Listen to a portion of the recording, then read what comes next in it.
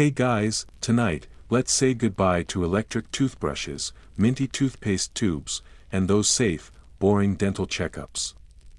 Let's leave behind a world where cavities are minor inconveniences and the dentist's drill is the scariest thing you've ever faced.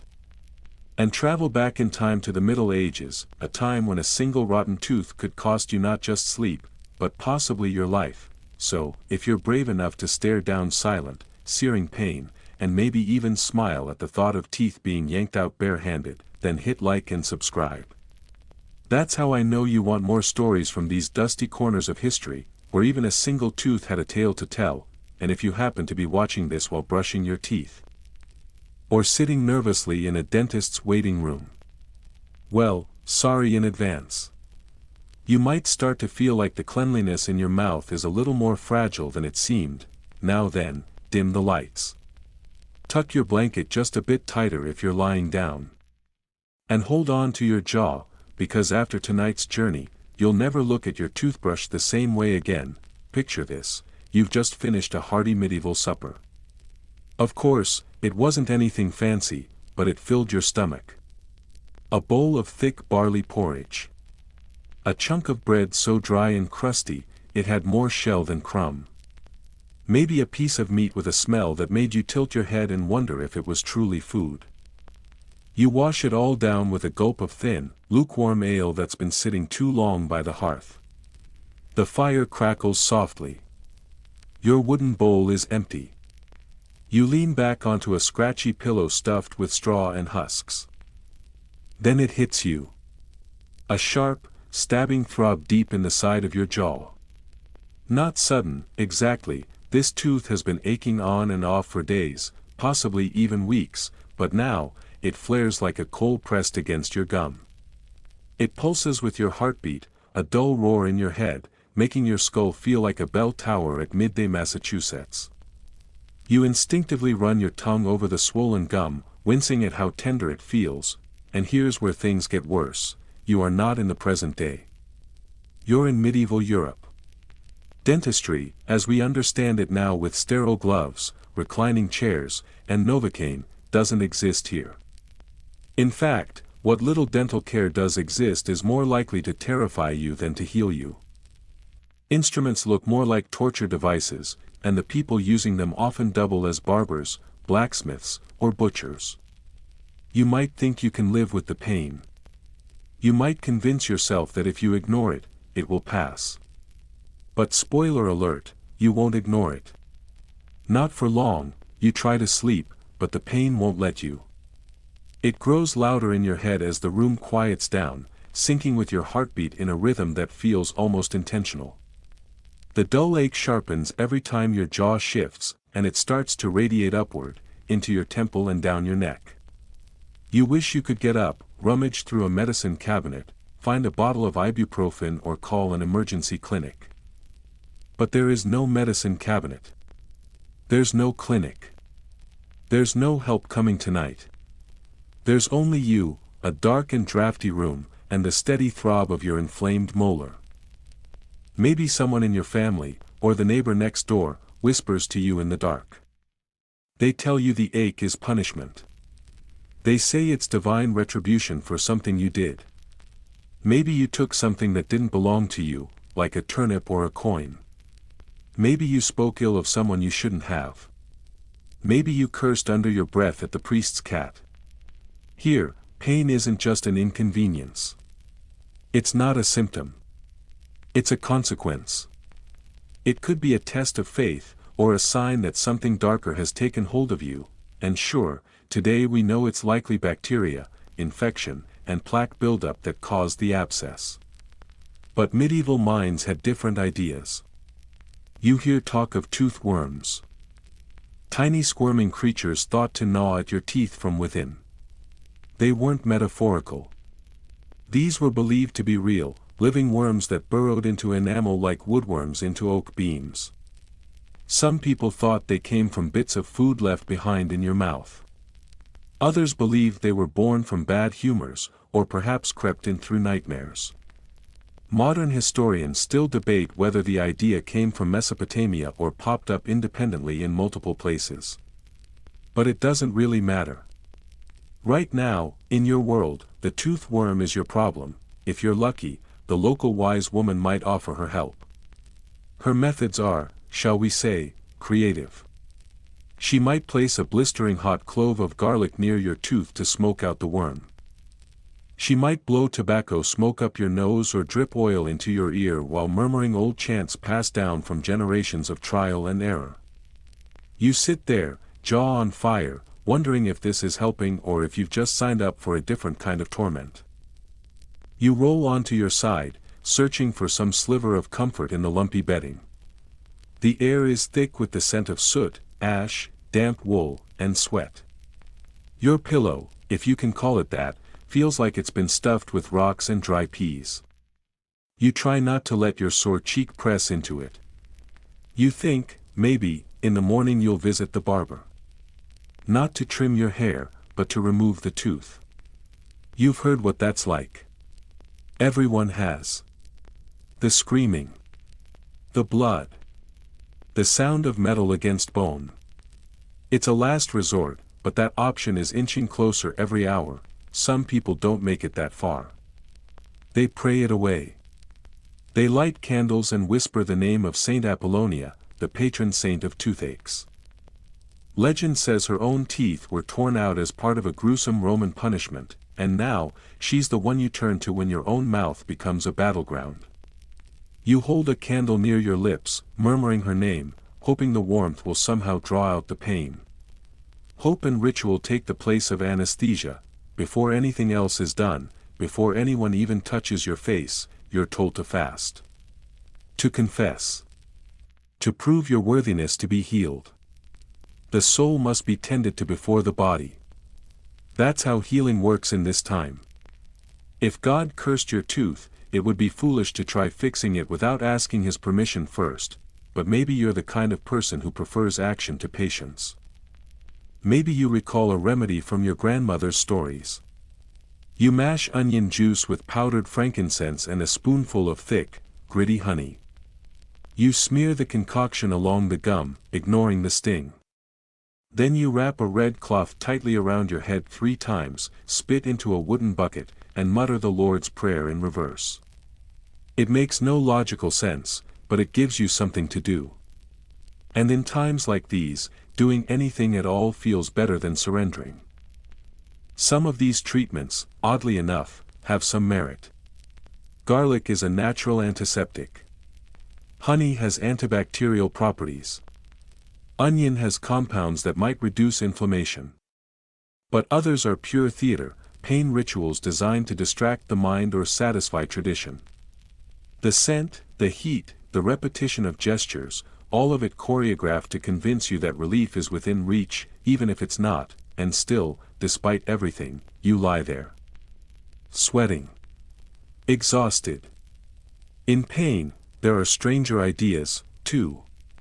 Some folks believe spirits sneak into your body through the mouth as you sleep. To block them, people will sometimes tuck little wads of wool soaked in vinegar inside their cheeks before bed. It burns. It tastes terrible. But it's what they do. Anything to hold off the bad humors or the ghosts of sin. Outside, the night stretches on. The chickens stir restlessly in their coop. A dog howls nearby, its voice long and mournful, sounding just human enough to make your skin crawl. You wonder what it knows. The pain has spread. Your ear throbs now, and your neck feels tight. You start to shiver slightly, though the room is warm. You feel hot to the touch. Your skin is clammy. The infection is moving deeper. It's not just your tooth anymore. But you don't know that. You only know that things are getting worse, and here's the bitter truth, most people don't grow old in this world.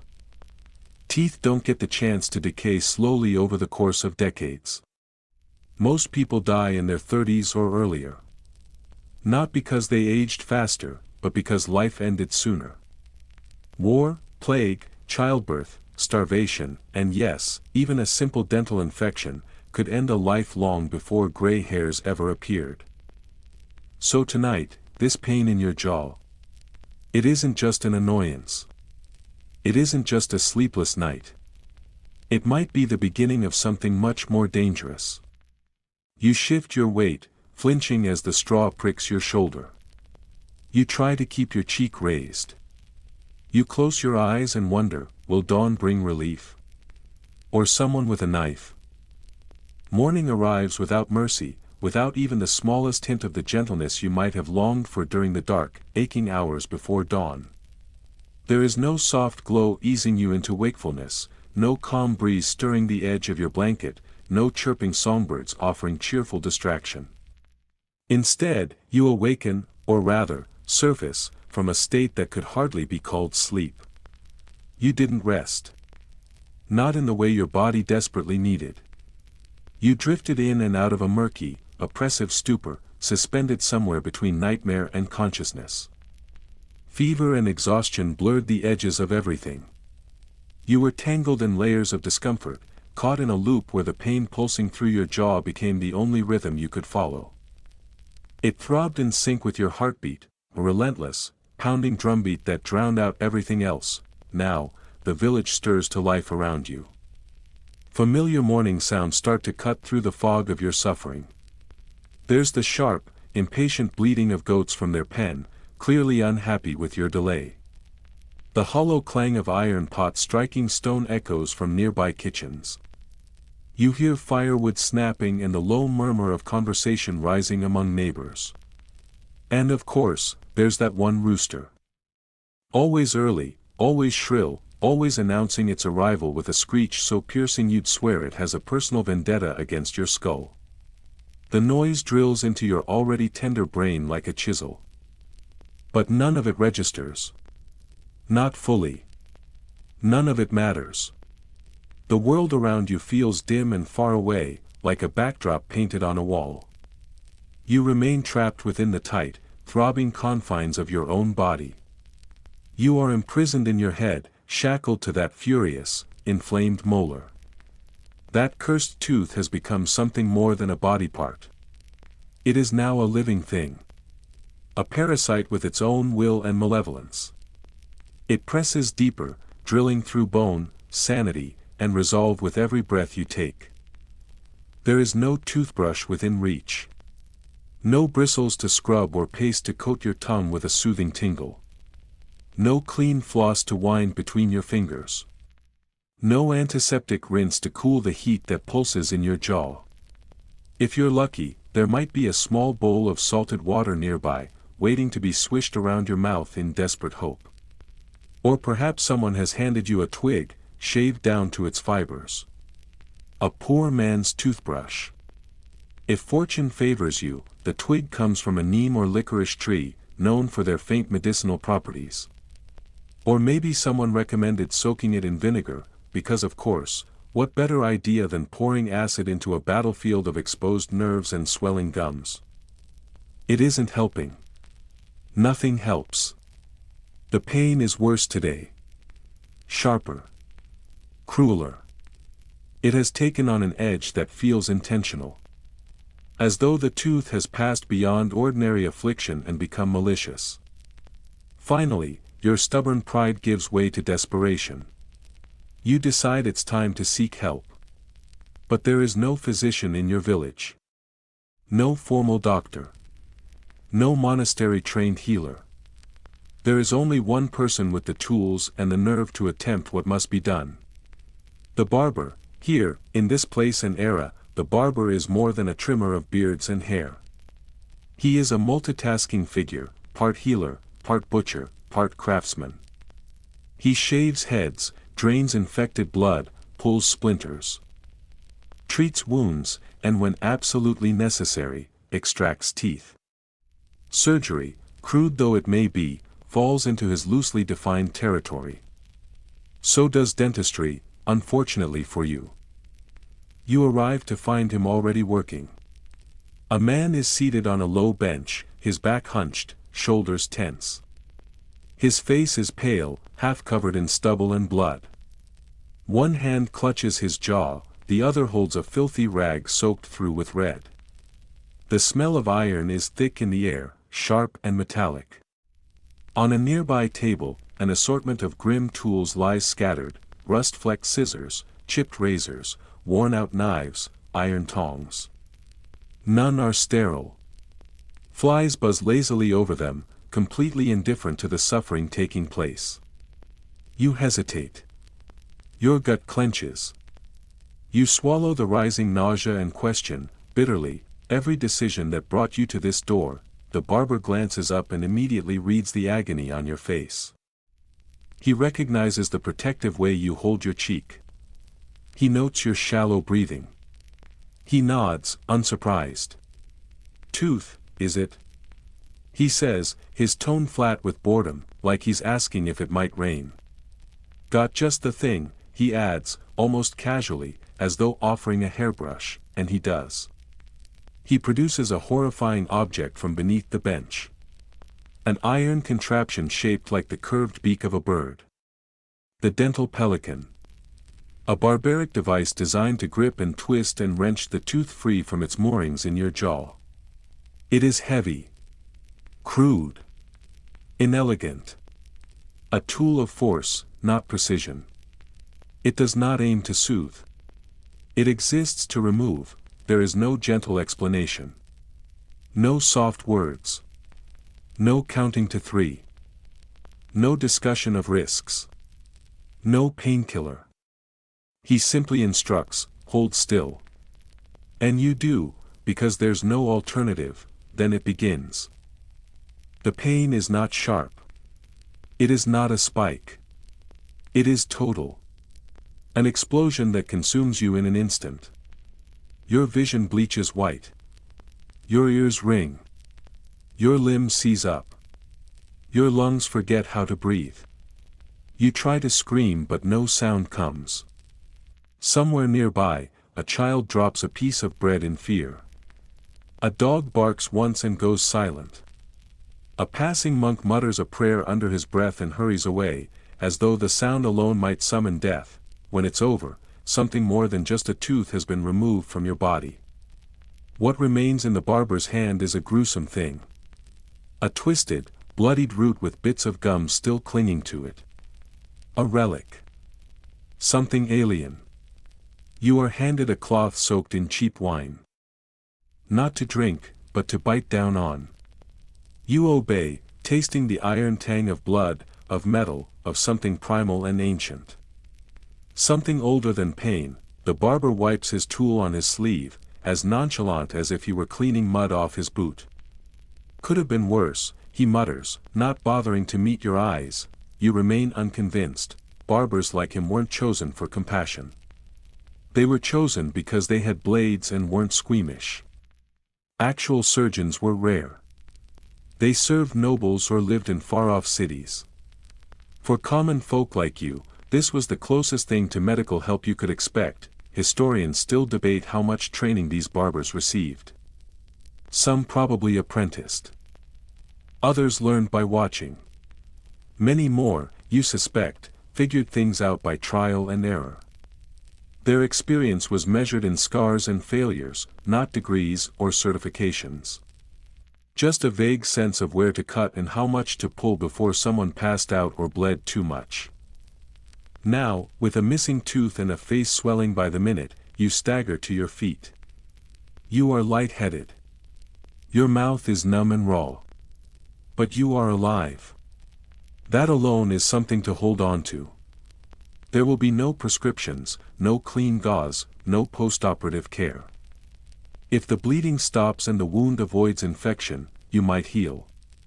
If not, well, that is simply another turn of fate. You walk back through the village, slow and aching. A few neighbors notice. Some give you a look of sympathy. Tooth pain is a shared curse. One woman, out of kindness, offers a slice of dried apple.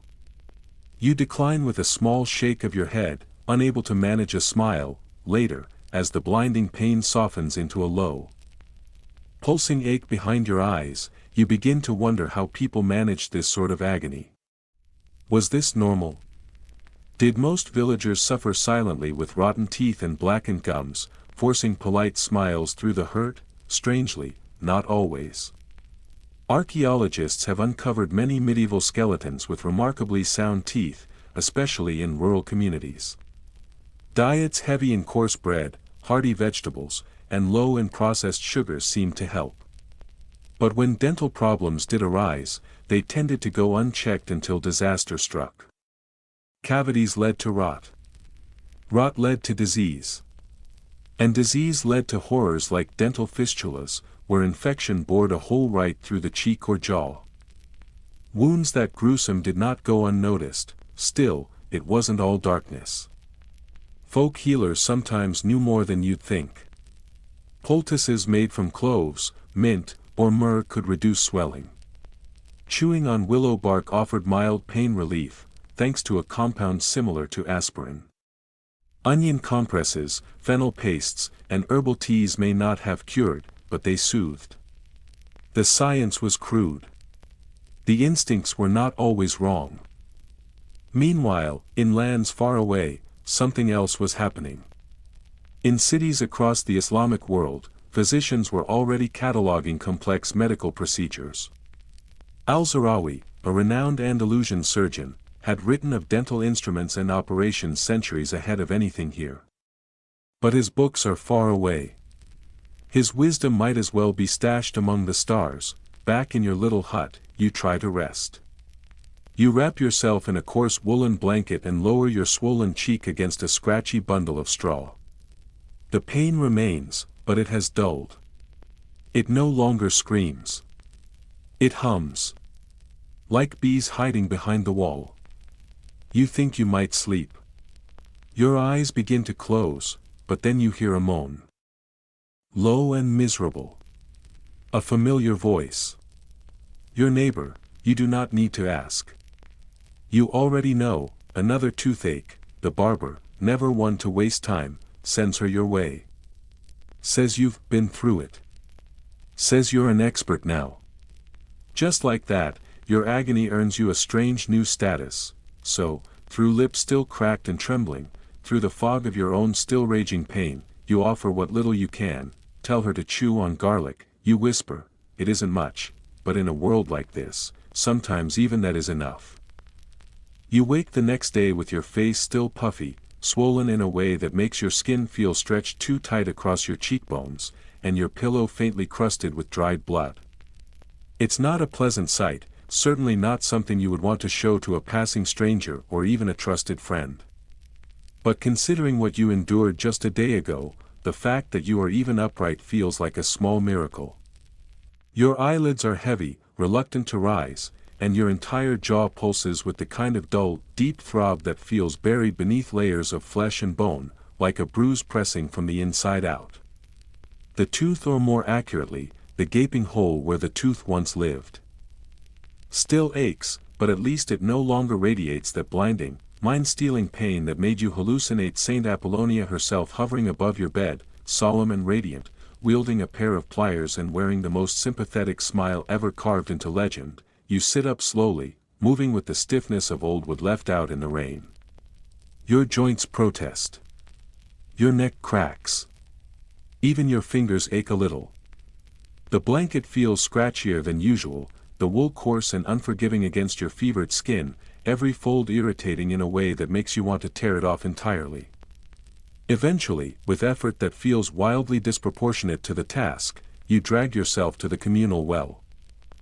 The stones are damp beneath your feet, and the bucket creaks as you lower it. You splash cold water onto your face, and it stings at first, a shock sharp enough to jolt you halfway into true wakefulness. Droplets cling to your lashes. Your reflection stares back at you in the rippling surface, pale, gaunt, older somehow. Wearier. Less symmetrical than before. One side of your jaw is visibly swollen, tilted just enough to throw off the balance of your entire face.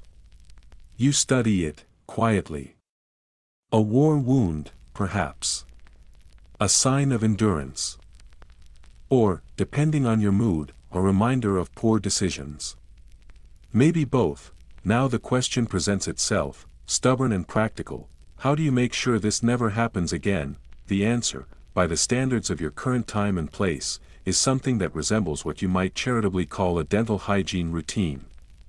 But do not imagine bristled brushes, colorful tubes, or antiseptic rinses. Toothbrushes as we know them do not exist yet. The closest approximation is a chewed stick, a bit of wood frayed at one end until it splays like a tiny, stiff broom.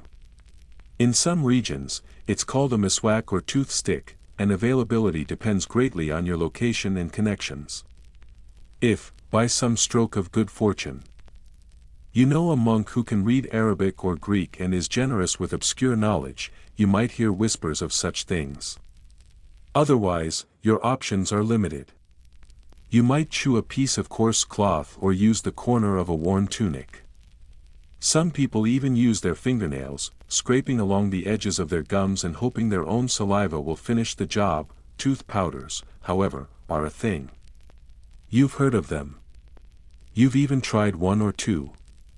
They're made of crushed herbs, mint and sage being the most common, mixed with rough salt, fine ashes, or ground bone.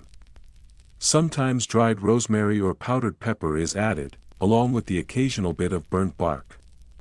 These mixtures are meant to scrub away decay, but also to ward off the invisible tooth demons people still believe live inside aching gums. The wealthy, as always, have access to better and stranger things. They buy tooth powders from traveling apothecaries that include crushed oyster shells, powdered coral, or burned eggshells, sometimes even ivory dust, blended into pastes with wine or honey. These concoctions are gritty, pungent, sometimes sweet, but always strange. They smell like a forest fire dunked in seawater and taste worse. One popular recipe mixes rose petals, charcoal, and vinegar into a black, oily slurry. Supposedly, it not only cleans your teeth but also makes your breath less offensive to the angels. That phrase isn't just poetic. In this world, bad breath is not a minor inconvenience. It's a moral failing, an odor that signals something rotten in the soul. A foul mouth is a foul heart, people believe, and even the local priest will comment if your confession is accompanied by a sulfuric stench. At home, you find a tiny clay pot sitting by the hearth, tucked behind a cracked jug. Inside is your grandmother's old dental powder. It smells like ashes and thyme, with a sharp note of something you can't identify. You take a damp scrap of linen, dip it in, and begin scrubbing the edges of your remaining teeth. It tastes terrible. Bitter, earthy, and metallic, like old coins buried in wet leaves. But it works. Your mouth feels cleaner, at least a little. You spit into the fire, and it hisses like a snake startled from sleep. If you were part of the noble class or a wealthy merchant family, you might own an entire kit of oral tools. Small ivory toothpicks. Gold-plated scrapers. Elegant tongue cleaners shaped like fish or birds. These tools serve more than one purpose. They clean, yes, but they also signal sophistication. To display them is to declare that your mouth is a mirror of your virtue. Clean teeth suggest discipline, intelligence, and grace. That's the idea, anyway. Historians still argue about whether these tools were actually effective. Many of the skeletons unearthed from noble tombs reveal cracked enamel, abscesses, and teeth ground down from acidic tinctures. But appearances, even centuries ago, mattered. Looking healthy was almost more important than being healthy. And then there's the urine. Some people use it to whiten their teeth. Fresh urine. Preferably from a child. It sounds unbelievable, but even Roman poets mentioned this. The ammonia, they believed, stripped stains. It lingered in practice far longer than anyone would admit. You've heard the stories. You're not ready to go there. Not yet, you settle instead for a gentler method. Chewing fennel seeds after meals. Maybe parsley, when you can get it. The taste is crisp and herbal, and it eases your breath for a moment. It even makes your mouth feel almost fresh. The seeds crack between your teeth. You feel better. You consider the space behind your hut. It's rocky and poor for planting. But you might try to grow herbs there. A few patches of mint. A row of fennel. It might help. Still, none of this is a cure. You can't treat deep decay. You can't reverse damage to the gums. There's no floss. No antiseptic rinse. No fluoride. No understanding of bacteria or infection. Germ theory will not arrive for centuries. All you can do is keep your mouth as clean as possible and pray that your next dental disaster doesn't end with another extraction or a cracked rib. Food, of course, makes everything worse. You're beginning to understand that the very things you eat are part of the problem. Bread, especially. You eat it daily, dense, dark, and full of grit from millstones. Every bite carries microscopic shards of stone. You're sanding your own teeth with each meal, slowly, unknowingly. Dried fruits cling to the crevices between teeth. Salted meat draws moisture from your gums. Thick stews leave residue. Honey is rare but sticky, and sugar, when it appears, is celebrated like a divine gift, even as it sows decay behind every bite. It's treasured and terrible all at once. Some villagers believe stranger things. That crushed emerald will clean your teeth and bless your mouth with divine radiance. Someone tried it once, you heard. Actually crushed emerald. They cracked 3 teeth and wept blood, if the stories are true. That tale returns every few weeks, passed around the tavern like a favorite song. Somewhere between cautionary and comic, you hear another man claim that dog's milk will cure any gum pain. Another insists he sleeps with garlic under his tongue, and swears by it. A third man says he just drinks until nothing hurts. Of all of them, that last one seems closest to inner peace, if not to health. You smile, despite yourself, and sip your warm ale slowly. You keep it on the right side of your mouth, where the pain is duller. The bitter liquid stings a little, but not unpleasantly. It cleans. Your friends raise their mugs and joke about your recent sacrifice. You laugh with them. Even half a grin feels like triumph. You clink your cup against theirs. Survival, you think, is worth celebrating. Later, as the village quiets and the streets turn to mud under slow feet, you find yourself near the shrine. A small wooden saint waits at the edge of the path. You don't know his name. Maybe no one does. Still, you light a candle. Not because the pain is gone. But because you are still here. You've made it through another trial. For now, your teeth remain. Mostly, tomorrow, you'll wake and chew mint again. You'll dip your cloth in ash. You'll scrape, rinse, chew, and spit. You'll keep fighting the war inside your mouth. One tooth at a time, and for tonight, that is enough. You wake up to a gentle drizzle tapping softly against the roof, each drop a slow, rhythmic whisper that hushes the world into stillness. It is the kind of soft, silvery morning that makes everything feel more subdued than it truly is, as if time itself has hit the snooze button. The fire in the hearth has gone cold, reduced to pale ash and the ghost of warmth, but your jaw, though still sore and swollen, has finally stopped throbbing with every heartbeat. For the first time in days, the pain no longer feels like a siege against your skull. It is quieter now, merely a dull and persistent murmur at the edge of your awareness. You decide to count this as a small victory, still, as you sit up and swing your legs to the floor.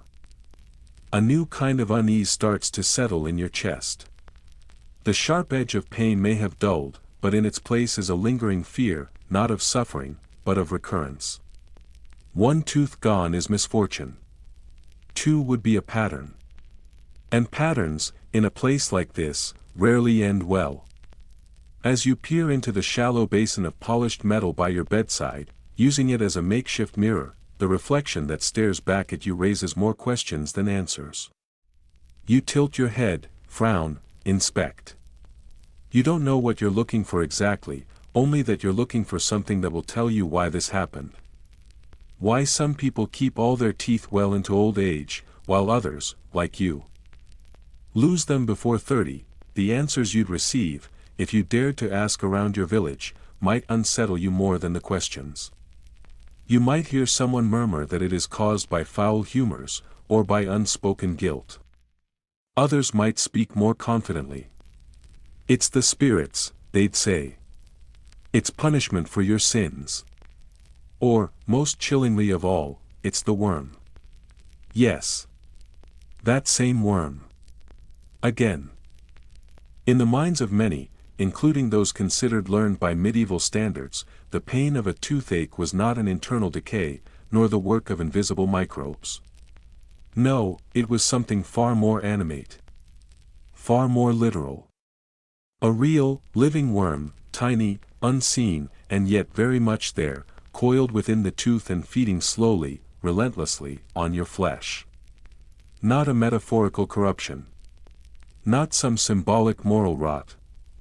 An actual creature, alive and hungry, gnawing at your nerves with its silent jaws, and this idea was not some fringe superstition whispered in the dark corners of ignorance. It was, incredibly, a widely held belief. Repeated by monks, written into folk remedies, passed on by mothers with lullabies meant to protect against worm-borne agony. Some even claimed to see the worms writhing in the roots of pulled teeth. In hindsight, they were probably mistaking dried blood vessels, decayed pulp, or necrotic sinew for the wriggling bodies of tiny invaders.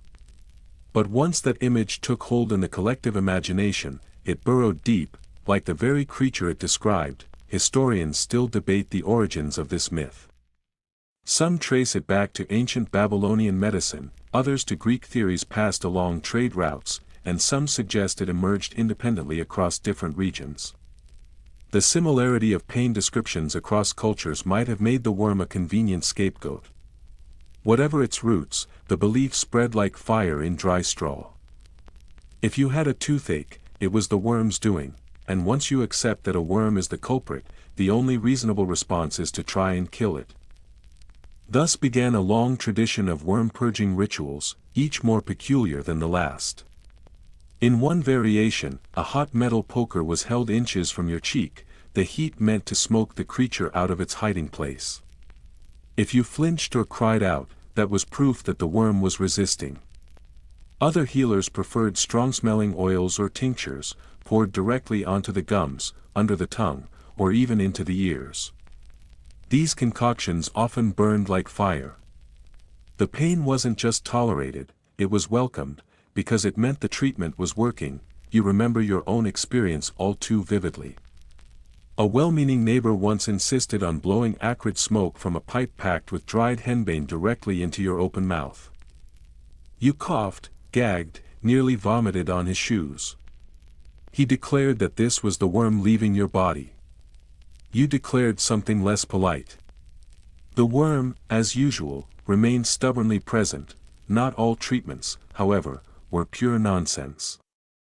Some stumbled close to genuine effectiveness, even if by accident. Certain folk doctors observed that particular herbs seemed to relieve pain, clove oil among them. Though they didn't know it at the time, clove oil contains eugenol, a natural anesthetic. But this discovery came wrapped in ritual. The herbs had to be gathered on a moonless night, rubbed in circles, and blessed with chants. Everything had to align just so, including the moon phase, which apparently held sway over both tides and molars. Of course, science alone was never enough. For many, tooth pain was not a medical issue, but a moral or spiritual one. Theologians often warned that such agony, especially above the neck, might be a sign of demonic activity. Satan, frustrated by his inability to corrupt the soul directly, was believed to enter through open orifices. The mouth, with all its potential for lies, vanity, gluttony, and gossip, was considered a prime entry point.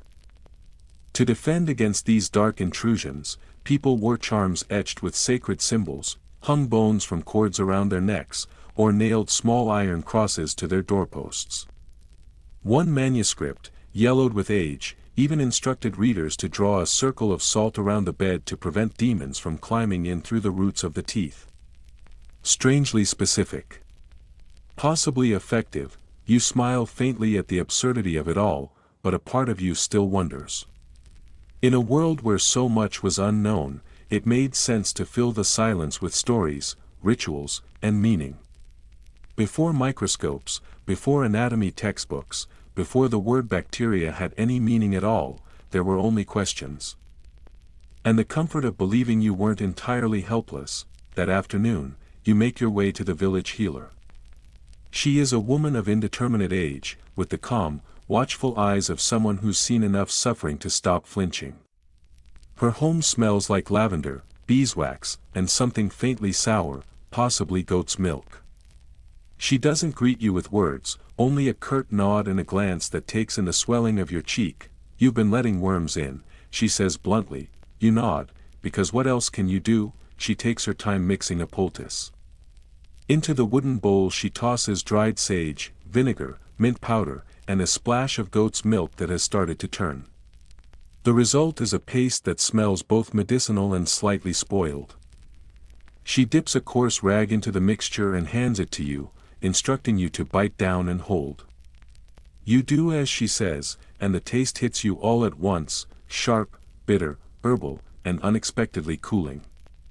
You're told to repeat this every night, and to sleep with a smooth river stone beneath your pillow to draw away tooth heat. You don't argue. Not after everything. And to your surprise, it helps. Or it seems to. The pain recedes. You begin to feel like yourself again. Is it the herbs? The stone? A placebo? A quiet miracle? You don't know. But it works well enough that you no longer dread the next bite of bread. On the way home, you pass the old stone church, where the priest is standing before a circle of children in their threadbare cloaks. His voice cuts through the damp air as he waves a crooked finger, eyes wide with solemn warning. Clean mouths lead to clean souls, he declares, quoting some obscure saint whose name you forget. But beware the breath of the liar. It turns teeth to dust. In this place and time, even breath is suspect. Halitosis isn't just unpleasant. It is a symptom. A warning. A sign that something deeper may be wrong with your soul. In some towns, there are rules against allowing people with foul exhalations to gather in enclosed spaces, especially churches. A kind of spiritual quarantine, enforced not by medicine, but by fear. You make a mental note to chew extra parsley tonight. Back in your cottage, as the wind hums softly through the shutters, you rinse your mouth with hot salt water. It burns. But it also feels like armor. You have survived the worst, the worm, the barber, the bleeding, the muttered prayers. You're still here. And in this small victory, you find something close to pride. As your eyes begin to close and the quiet settles in, a voice rises through the wall like a sigh in the dark. I think I've got a toothache. Your neighbor groans again. You exhale through your nose and smile into the blanket. Of course he does.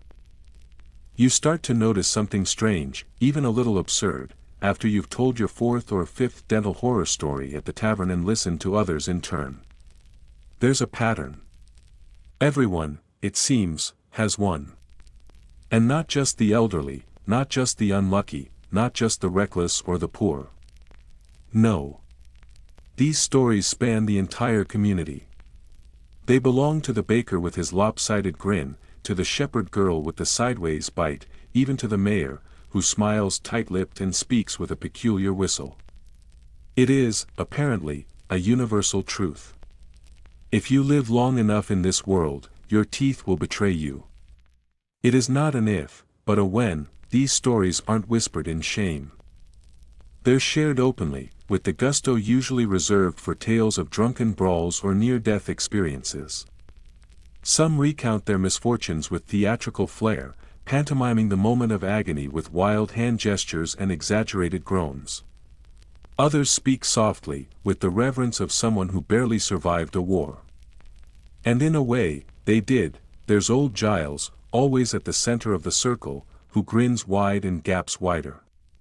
He tells, for the 100th time, how he let a blacksmith use the blunt end of a hammer to knock out a molar. Said it would rattle the ache right out. Instead, he lost 3 teeth and gained a permanent tilt to his smile. Then there's the story of the teenage stable boy who tied one end of a rope around a stubborn molar and the other to a mule's harness. He yelled, the mule stepped forward, and the boy was yanked clean off his feet. The tooth, however, remained firmly lodged. These aren't just entertaining diversions. They're folk legends now, passed around over tankards of warm ale like family heirlooms. And so it occurs to you, with a mix of relief and horror, that dental misery is one of the few truly communal experiences you all share. In a world where medicine is a gamble and pain is a companion, rotten teeth have become the great equalizer. They transcend age, status, and occupation. They are a village-wide burden, a collective wound. Toothache is the silent thread that binds you all together. An unspoken understanding. A bond forged not through friendship, but through mutual, unrelenting discomfort, and like most things of communal significance, eventually, the church notices, it's a Sunday. Your jaw is still sore but no longer throbbing with the vicious rhythm of fresh trauma. The swelling has started to recede, though it's still tender to the touch. You drag yourself to the chapel, walking carefully over the uneven stones, and try your best to look ordinary. Pious. Bland. The inside of the church smells like smoke and old fabric. The priest, pale and slightly moist as always, stands at the altar in his faded robes, framed by the narrow stained-glass window that filters in a hesitant, watery light. Incense curls up from the brass burner, drifting in slow spirals like lazy serpents. You settle onto a creaky bench, trying not to draw attention. And then the priest speaks. A diseased mouth is the gateway to a diseased soul. You freeze. The words strike you like a slap. Sudden and oddly personal. You glance around. No one else seems as startled. But to you, it feels as if he looked directly at your crooked jaw and aching molar when he said it. Suddenly, you are aware of everything. Your breath, which probably carries the scent of garlic and pain. The color of your gums, which you suspect has darkened unnaturally. The sharp edge of that tooth in the back that still catches on your tongue when you speak. You've tried, you really have. Rinses with vinegar steeped in thyme. Mouthfuls of salt water swished until your eyes watered. Roasted fennel seeds chewed between meals to keep the staleness at bay. But now it feels like more than maintenance. It feels like penance. This belief isn't new, you soon learn. In fact, it's deeply rooted in the medieval mind. Cleanliness, especially of the mouth, has long been intertwined with virtue. A foul mouth is not merely unpleasant, it is suspicious. It signals something darker. Decay in the teeth suggests decay in the spirit. Halitosis is heresy in vapor form. Rotten gums are read as moral weakness.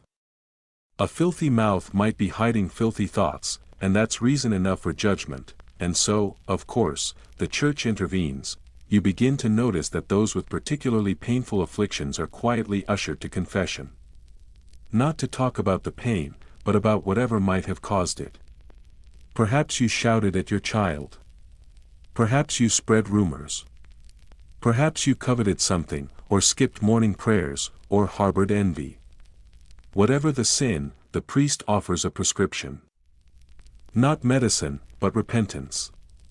Fast for 3 days. Walk barefoot to a distant shrine.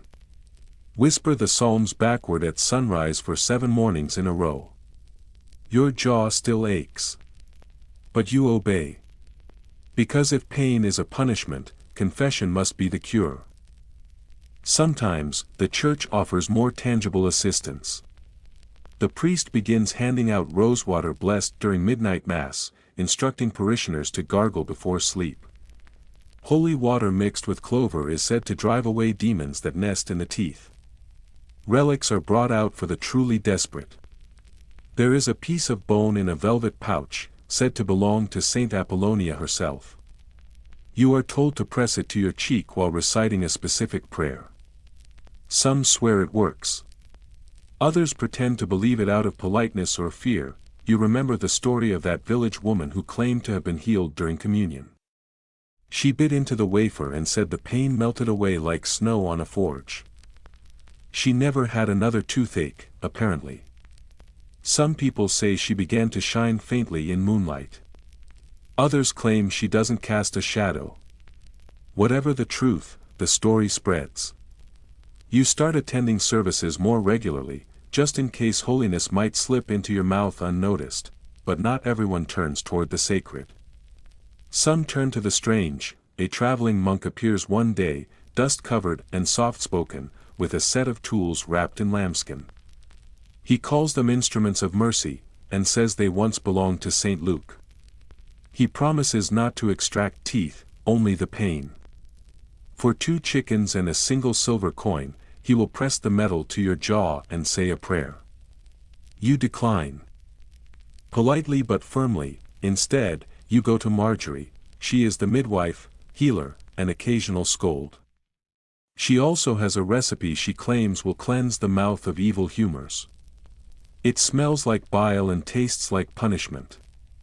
A blend of elderflower, animal fluids, and a secret ingredient she refuses to name. She applies it with a stiff chicken feather and makes you count backward from 30. It burns like embers. But for 10 glorious minutes, the pain fades. The village becomes a patchwork of strange cures and secret rites. One man whispers spells into his ale before drinking.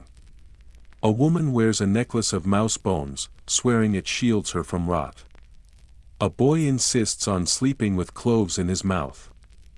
All of it coexists. Holy water beside garlic oil.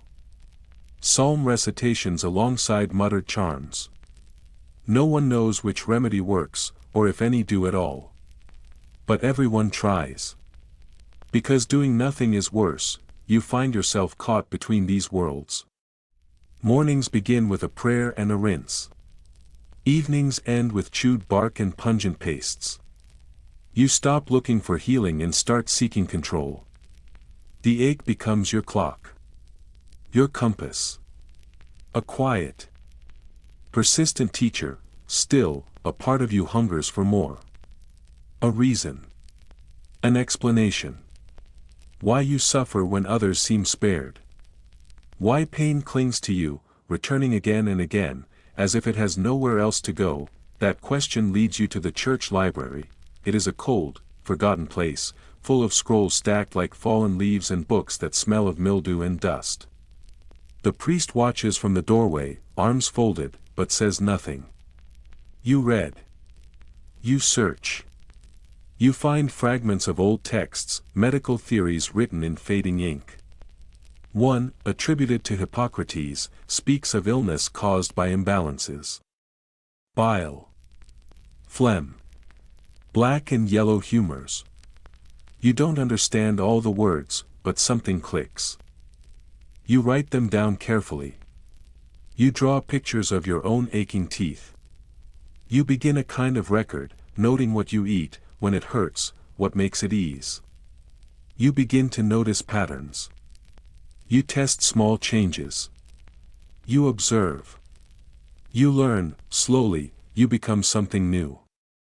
You are not just the one who suffers. You are the one who studies the suffering. The one who dares to ask why. The one who, in a world that sees pain as punishment, begins to believe pain might be something else. The priest still glances sideways when you chew licorice root during Vespers. But that no longer matters. Because deep down, a transformation has begun. The ache is still there. But it no longer feels like a sentence, it feels like a path. You're sitting by the hearth again, just as you have on so many weary nights before. The flames, now weaker than earlier in the evening, curl slowly around a half-charred log. It lets out the occasional hiss, the sporadic crackle, as if exhaling in sympathy with you. Each small pop and spark sounds like a sigh, a soft complaint echoing your own. The warmth of the fire reaches your legs and fingers, but this time, it offers little comfort. Instead, it reminds you of what's ahead. What's always ahead?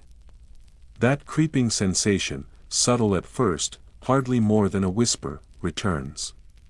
Not quite a scream. Not quite yet. But there, unmistakable. A sharp pinch that blooms like a cruel flower inside your gum. It bites with warning, brief but vindictive. You pause mid-sip from your clay cup, hand hovering in midair. It is not the same tooth. You had hoped, irrationally perhaps, that if there were trouble again, it would be something familiar. But no. The ache has moved.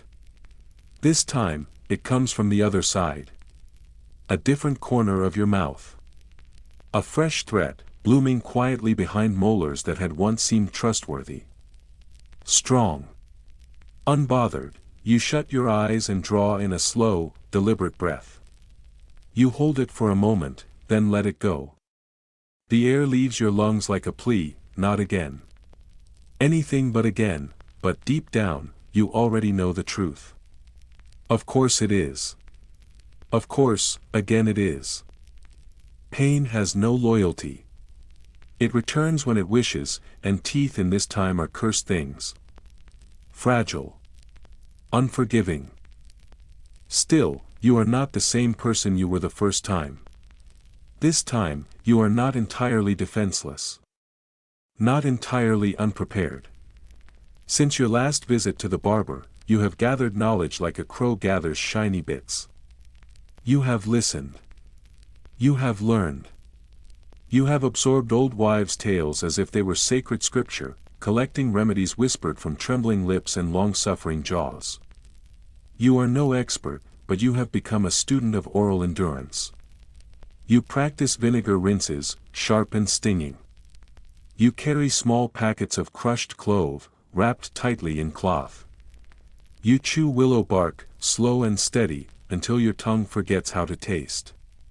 You have even crafted a crude scraper. A chicken bone, sanded smooth and bound to a bit of wire using thin strips of sinew. It is not elegant. But it is yours. A tool, wielded with pride, and yet, despite all this, as the pressure builds throughout the day, steady and insistent, swelling into that familiar rhythm of throbbing pain, you understand the truth beneath all your clever tricks. It is a truth older than your ancestors. A truth more constant than the moon. Sometimes, in this world, the only relief left is ruin, so, with resignation pooling in your chest like cold water, you go back. Back to the barber. Back to the place you swore never to return. The shop has not changed. The door is still crooked. The roof still sags slightly. As if weary with what happens beneath it. Inside, the air is thick with the scent of old sweat, blood, and something vaguely medicinal. On the walls, the tools still hang, hooks and saws and long-forgotten instruments of medieval mercy. He sees you come in. He nods once. Nothing more. There are no greetings here. No familiar warmth. Just a grunt. A glance. A quick swipe of the hands on an apron already stiff with dried remnants of previous procedures. Which one this time? He asks, his voice dry, already moving toward the box of tools without looking. You hesitate. The silence tightens in your chest. The back left, you say, forcing the words through clenched teeth. He nods again, the way someone might acknowledge the weather. Easy, he mutters, you know better. You have learned better. From his kit, the same monstrous thing emerges. The dental pelican. That cruel invention, named for its beak-like shape, though it possesses none of the gentleness of a bird. It gleams faintly in the firelight. All iron and angles. A tool made for gripping, twisting, and tearing. It is not a device of comfort. It was never meant to be. It was built for results. Nothing else. There is no numbing tincture. No questions. No warning. No prayer. You barely have time to clench your fists, then it begins. The pain is immediate. Brutal. It floods your skull like fire. It blooms behind your eyes like a struck bell. Your limbs jerk. Your feet push against the floor. Your body fights the moment while your jaw remains helpless, pinned and pried. The barber breathes heavily. He grunts as he works, forehead glistening. Outside, someone chuckles, unaware of the private war raging inside this crooked hut, and then, just as suddenly, it stops. The pressure disappears. The pelican is withdrawn, the barber steps away, holding a stained cloth. Inside it, something white and root-like glistens with blood. He does not speak. There is nothing to say. You stumble to a barrel in the corner and lean over it, spitting out blood. The water helps. Cold and metallic, it quiets the worst of it. You rinse again and again until the water turns from crimson to pink. Not clean. But no longer alarming, you think it's over. You want it to be, but this is not an age of antiseptics or sterile tools. There is no careful aftercare. No pills. No instructions. No comfort. You realize, with a jolt of nausea, that this same pelican may have been used on a sheep the day before. Or a plague victim. Or both. You walk home. By the time night falls, the swelling has begun. Your cheek feels full, tender, as if someone has pressed a warm stone beneath your skin. Your jaw aches with every movement. Tears sting your eyes if you bend forward. A fever creeps in, quietly at first, then with heat. You sweat. Then shiver. You toss. You moan. Everything hurts. Your muscles feel hollow. Your mouth throbs like a separate, angry creature. This doesn't surprise you. Even the best extractions in these times come with consequences. There are no clean endings. If a root splintered. If infection crept in. If anything went wrong, and it always does, then the body reacts. There is no understanding of bacteria, but your body knows something is wrong. It tells you through pain. You inspect your mouth by candlelight. You hold the mirror close, heart pounding. The gum is red. Puffy. Angry. When you press it, the skin feels hot, almost pulsing. You've heard the stories. Everyone has, the ones who didn't wake. The ones who screamed through the night. The ones whose jaws rotted, crumbled, vanished. You think of them now, one by one. You act fast. You reach for everything, poppy syrup, dark and bitter. It soothes, just enough. You chew bark. You rub oils. You mash herbs into cloth and press them to your cheek. You sleep sitting upright, just in case your throat tightens. You pray. Not with words, but with breath. With silence. And somehow, by morning, you are still here. The fever has broken. You are soaked with sweat. Your mouth tastes foul, dry and thick. But you are breathing. Awake. Alive. You rise. You rinse. You look again, and then you see it, a new pain, dull and low, on your face. You touch it. Your fingers come away damp. There, near your jawline, is a small hole. An abscess has burst. It drained. From the outside, you stare at it for a long time. Not with panic, but with a strange sense of quiet. You take a cloth and wrap your head. This is common. Everyone does it. To hide. To keep clean. To keep flies away. No one points. No one asks. It is a mark. Not of shame, but of endurance, and you feel, unexpectedly, proud. You made it. You survived the steel. The fever. The rot. Your smile is crooked now. Your speech a little strange. But you remain, and as you sit by the fire again, cloth wrapped around your jaw, you wonder. Maybe this wasn't just a trial. Maybe it wasn't punishment, maybe it was a beginning, not a healer yet. Not fully. But something has started. A question. A purpose, and beneath the scab, beneath the scar to come, something inside you begins to shift, you are changed, and that change feels, at last, like hope. Days pass. The swelling begins to retreat, slowly at first, barely perceptible, then gradually more noticeable with each sunrise. The tightness in your cheek loosens by degrees, and the sharp heat that once pulsed like a forge now fades until only a lingering, lazy warmth remains. The abscess, once tender and furious, has hardened into a brittle crust. It flakes at the edges, dry and uneven, like the cracked bed of a long-dried stream or scorched earth after weeks without rain. Your jaw, still stiff and tender, no longer screams with every shift or chew. There is soreness, yes, a kind of dull echo of what was, but no longer the blinding agony that once defined every moment. Your mouth still feels as though someone attempted to etch a map of the known world onto the side of your face using a spoon left in the fire too long. But the difference now is that you can eat. You can bite and chew and swallow without the tears forming unbidden in your eyes. Not always.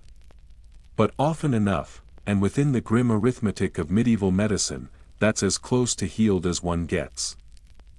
You find yourself moving through the village a little differently now. Your pace changes. Your posture shifts. There is a faint but growing trace of self-assurance in the way you carry yourself. Not a strut, not quite a swagger, but something in between, a careful, quiet confidence, born not from bravado but from having descended into pain and come back. Your step remains slightly uneven. Your jaw holds a bit of asymmetry, a new crookedness that pulls one corner of your mouth just a touch lower than the other. But people notice you now. They see you.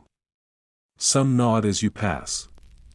One elderly man, whose own mouth looks like a battlefield long abandoned, gaps where teeth once stood, grins and claps your shoulder with a surprising burst of strength. Still got all your fingers, eh? He says with a half-laugh. You're ahead of the game. His words settle into you, somewhere between comfort and horror, reassurance laced with warning, and then it happens, a knock on your door. Soft. Hesitant. Not urgent, but not casual either. You open it slowly. Your neighbor stands there, her face pale and drawn. One hand presses firmly against her cheek, as if trying to keep something inside from escaping. She doesn't launch into a story. She doesn't even greet you properly. She just mutters through tight teeth, her words muffled and cracked, "They said you'd know what to do." You blink. She fidgets, her eyes darting sideways like a child caught trespassing. For a moment, silence stretches between you. But within that quiet, something unspoken shifts. A fragile understanding takes shape. Whether you feel ready or not, your reputation has already taken hold. Your role is no longer yours to choose, just like that, you have become the village's newest expert. You have no parchment credentials, no formal training, no line of mentors behind you. There are no books in your possession, no shelves of learned texts.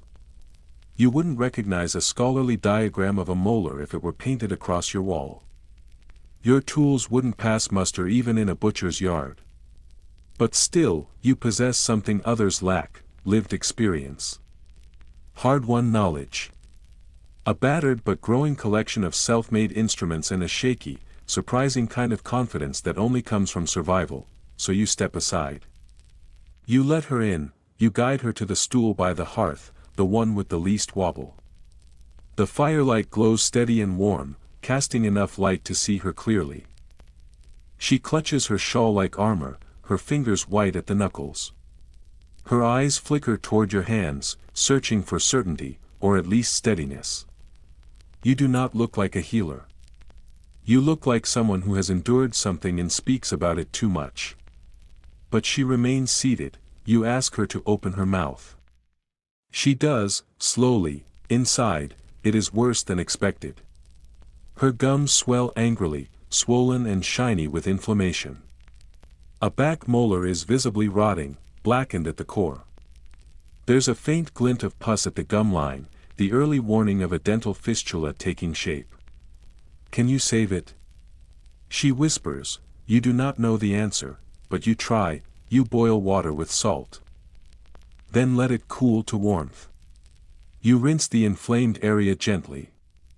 You take your wire hook, the one you cleaned last night with vinegar and a scrap of linen, and use it to scrape the worst of the buildup from the tooth's surface, careful not to dig too deep. You grind cloves and mint leaves into a paste, sticky and fragrant, and pack it carefully into the cavity. The scent fills the space, spicy, herbal, oddly reassuring. You wrap her head in cloth. It gives her something to press against. You tell her to stay warm, to avoid shouting, to rest. She thanks you as though you've cured a plague. And then, unexpectedly, it works. Word spreads. A few days later, a couple arrives. Their baby is crying uncontrollably, face flushed and streaked with tears. The mother's hands shake as she clutches your sleeve. You listen. You look. You recognize the signs: teething. You heat a strip of linen in water steeped lightly with honey and a trace of poppy sap. You press it to the baby's gums. Gradually, the child quiets. The mother cries harder than her son. Then comes a farmer with bulging gums, red and raw and angry. Next, a merchant's wife with breath so foul it makes your own stomach churn. You suspect trench mouth. There are no definitive cures, but you've begun to develop a rhythm. You rinse, you clean, you apply pressure. You talk to them while you work, sharing your own tale to keep their fear in check. The line at your door begins to grow. Every visitor carries a new pain. Each face brings a new symptom. You listen. You learn. And deep within you, something takes root. A dangerous feeling. A hope. Your collection of tools evolves. You now keep a bundle of clean linen strips soaked in vinegar, a wooden pick carved from an old comb, and a small cup fashioned from bone, for mixing poultices. You hang a sprig of sage above your door. It looks deliberate. It smells fresh. People see it and assume you know what you're doing. And soon, they start to believe it. They call you the mouth man. You try not to grin. One afternoon, a friar traveling through the region hears rumors. Curious, cautious, he knocks on your door. His robe is dusty, his eyes sharp with skepticism. You work on teeth? He asks, tilting his head. Sometimes. You reply, show me. He opens his mouth. His front tooth wobbles loosely, threatening to fall at any moment. You prod it gently, then recommend a soft diet and warm compresses. You suggest rinses of rosemary and sage. He scowls. Should have just pulled it, he mutters, but the next morning, his mouth is better. He blesses your home in Latin and walks on. And suddenly, something becomes clear. You're not simply guessing anymore. You're watching. Measuring. Recording results in your mind. You notice which herbs reduce swelling, which rinses ease pain. You see patterns where before there was chaos. Historians may one day argue whether village folk like you mattered.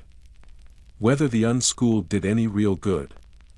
But truthfully, it is the herbalists, the midwives, the bone setters who held knowledge in their hands when no one else could be bothered to care.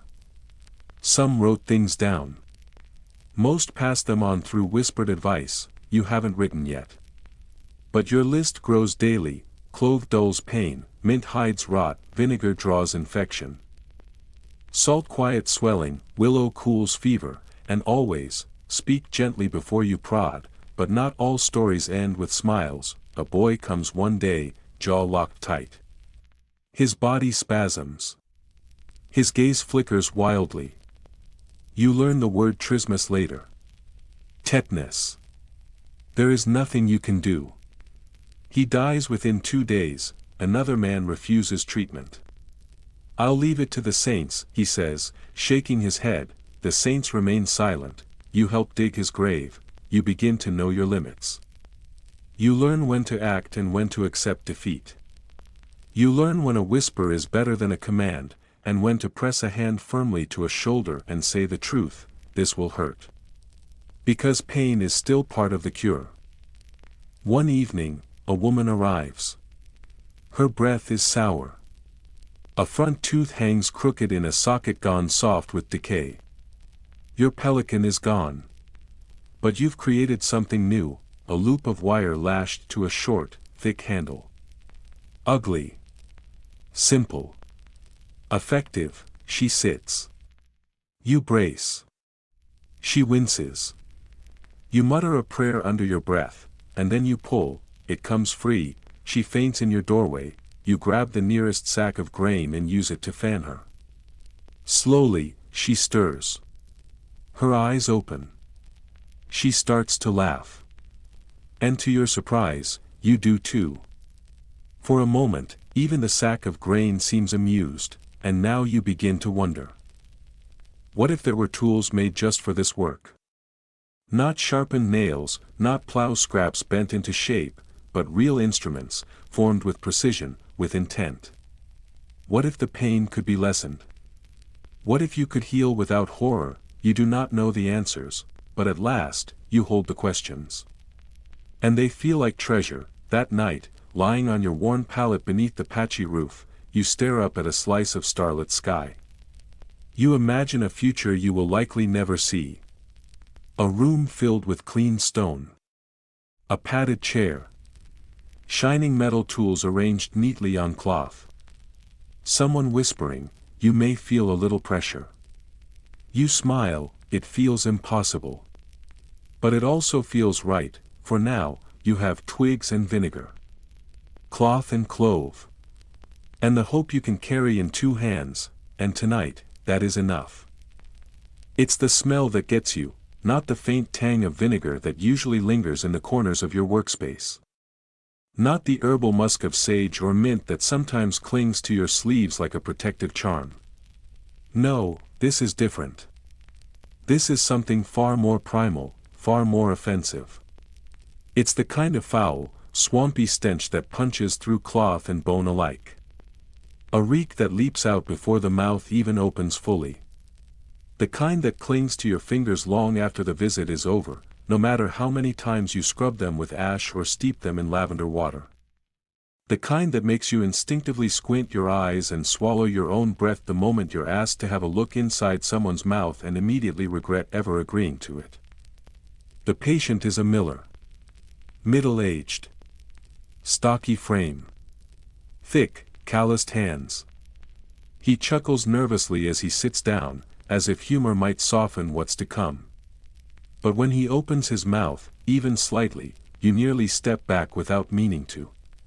His gums are an angry shade of purple, dark and glistening in all the wrong places. They ooze slightly at the edges, as though leaking something they were never meant to hold. The teeth themselves appear almost alien. They don't sit firmly in their sockets. Instead, they float, untethered, as if they're only tentatively attached, like guests who overstayed their welcome and now can't quite remember how to leave politely. You murmur something vaguely comforting. Some half-mumbled reassurance that sounds more like a cough than actual words. It's all you can muster. Welcome to the delightful world of medieval halitosis. In your time as the village's unofficial mouth man, you've come across your fair share of bad breath.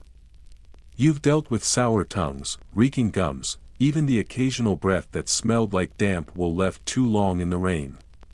But this? This is different. This is biblical. This is breath that feels like a curse whispered straight from the underworld.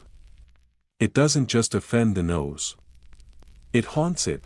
Turns out, in this era, chronic bad breath is more than just an inconvenience, it's practically a diagnosis in itself. back then, people didn't see bad breath as a personal failing. No one reached for a mint or felt shy after a garlicky stew. Instead, they viewed it as a message. A symptom. A warning sign. It meant something inside the body was rotting. Maybe it was the teeth. Maybe the gums. Maybe it was the tonsils swelling like grapes at the back of the throat. Or maybe, just maybe, the stomach itself was fermenting in protest. Whatever the source, bad breath was a sign that your internal humors were no longer balanced. They were at war with one another, and the battlefield was your mouth, and in a world without breath mints, tongue scrapers, or antiseptics, people had to get creative. So what did they do? They chewed. Constantly. Fennel seeds were popular. So was parsley. Mint if they could find it. Cloves if they could afford them. Anise for those with a slightly sweeter taste. Anything that smelled even remotely pleasant was fair game. You once saw someone chew on cinnamon bark so aggressively that their gums bled, and they smiled afterward like it had been worth it. Some took things further. Boiling rosemary in wine and using the warm concoction as a mouth rinse became something of a trend. Others chewed on hardened bits of myrrh soaked in vinegar, hoping the bitterness would cleanse whatever foulness lived in their throats. It didn't cure anything, of course. But it gave the illusion of action. It made you feel like you were doing something, anything, while the rot carried on undeterred. Still, breath wasn't only about smell. It was about character. Medieval physicians wrote long, thoughtful treatises on the nature of breath. They categorized it like weather patterns: hot breath, wet breath, black breath. Each type supposedly carried a different cause and consequence. Some claimed that overly sweet breath was a sign that death was near. Others insisted that breath so foul it made your eyes water could only come from someone possessed by demons. One theory suggested that breath could reveal the alignment of your soul.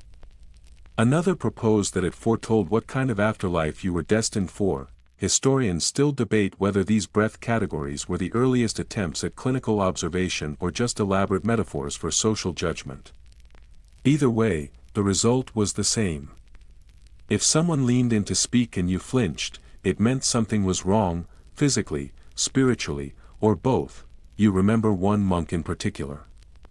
He once refused communion to a man whose breath he described as mouth wind that stung the senses. The poor fellow hasn't spoken a full sentence since. Back to the miller. His breath is worse than all of that. It's weaponized. You suspect trench mouth, a particularly severe and painful form of gum disease. Probably caused by a combination of poor hygiene, relentless stress, and a diet that has likely gone months without anything green. You set to work.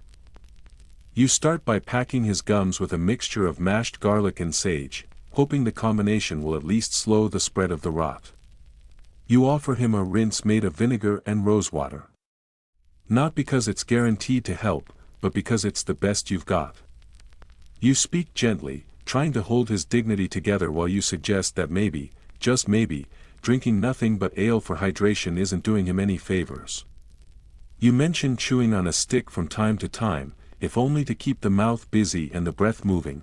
He nods solemnly. Thanks you sincerely. Promises to chew sticks. You nod back. You try to believe him. But you aren't convinced. The next morning, a different villager arrives. This one isn't in pain, at least not yet, but says her breath has turned sour, and people have started avoiding her at the market. You check her teeth. There's no visible decay. Just red, swollen gums and a thick, coated tongue that looks like it's wearing a fur cloak. You hand her a clove and a smile. She lights up. You're better than the friar, she says. You're not sure that's true. But you're trying. You begin to suspect that half of your job now isn't even medical. It's emotional. Social. Psychological. You're not just reducing pain. You're restoring people's sense of control. Their sense of presence. Their right to open their mouth without shame. You're giving them back something they didn't know they'd lost. One herb pack at a time, of course, you're still experimenting, you start testing combinations late into the night. Lemon balm and salt. Ash and honey. Elderflower wine soaked into linen and pressed against aching gums. Sometimes these concoctions offer real relief. Other times, they do nothing. Once, a man's tongue turned black for 2 entire days after your treatment. He was oddly upbeat about it, said it made him feel mysterious. Your clinic, if you can call it that, becomes busier. More villagers come. More mouths. More smells. Sometimes you consider installing a curtain, just so you can collect yourself between visits. One morning, a wealthy merchant arrives. He's heard whispers of your practice and wants help with his breath. You take your time examining him. His mouth is surprisingly healthy. No rot. Just rich man's indulgence. Too much pickled fish. Too little rinsing. You recommend boiled peppermint water, a touch of ginger, and, most importantly, less pickled herring for breakfast. He laughs, claps you on the back, and tells you that you're clever. Then he leaves behind a silver coin. You stare at it for a long time. It's the first time anyone has paid you in metal. Real coin. Not eggs, not bread, not a jar of mustard paste. Silver. Cold and gleaming, that evening, as the sun dips behind the fields and the air grows thick with wood smoke, you sit by your hut and let yourself think. You think about what you've become. About how far you've come since that first aching tooth. You think about what you're doing now. About the faces that trust you. The names you've learned. The people who smile again because of something you did. You never asked for this. You didn't study in a cathedral school. You haven't read many books. You've read more mouths than texts. But people trust you now, and that trust feels good. It feels like something you never knew you needed. Something like purpose. You look down at your hands. They're stained with herbs, rough from work, a little stronger than they were months ago. You're not a barber. You're not a priest.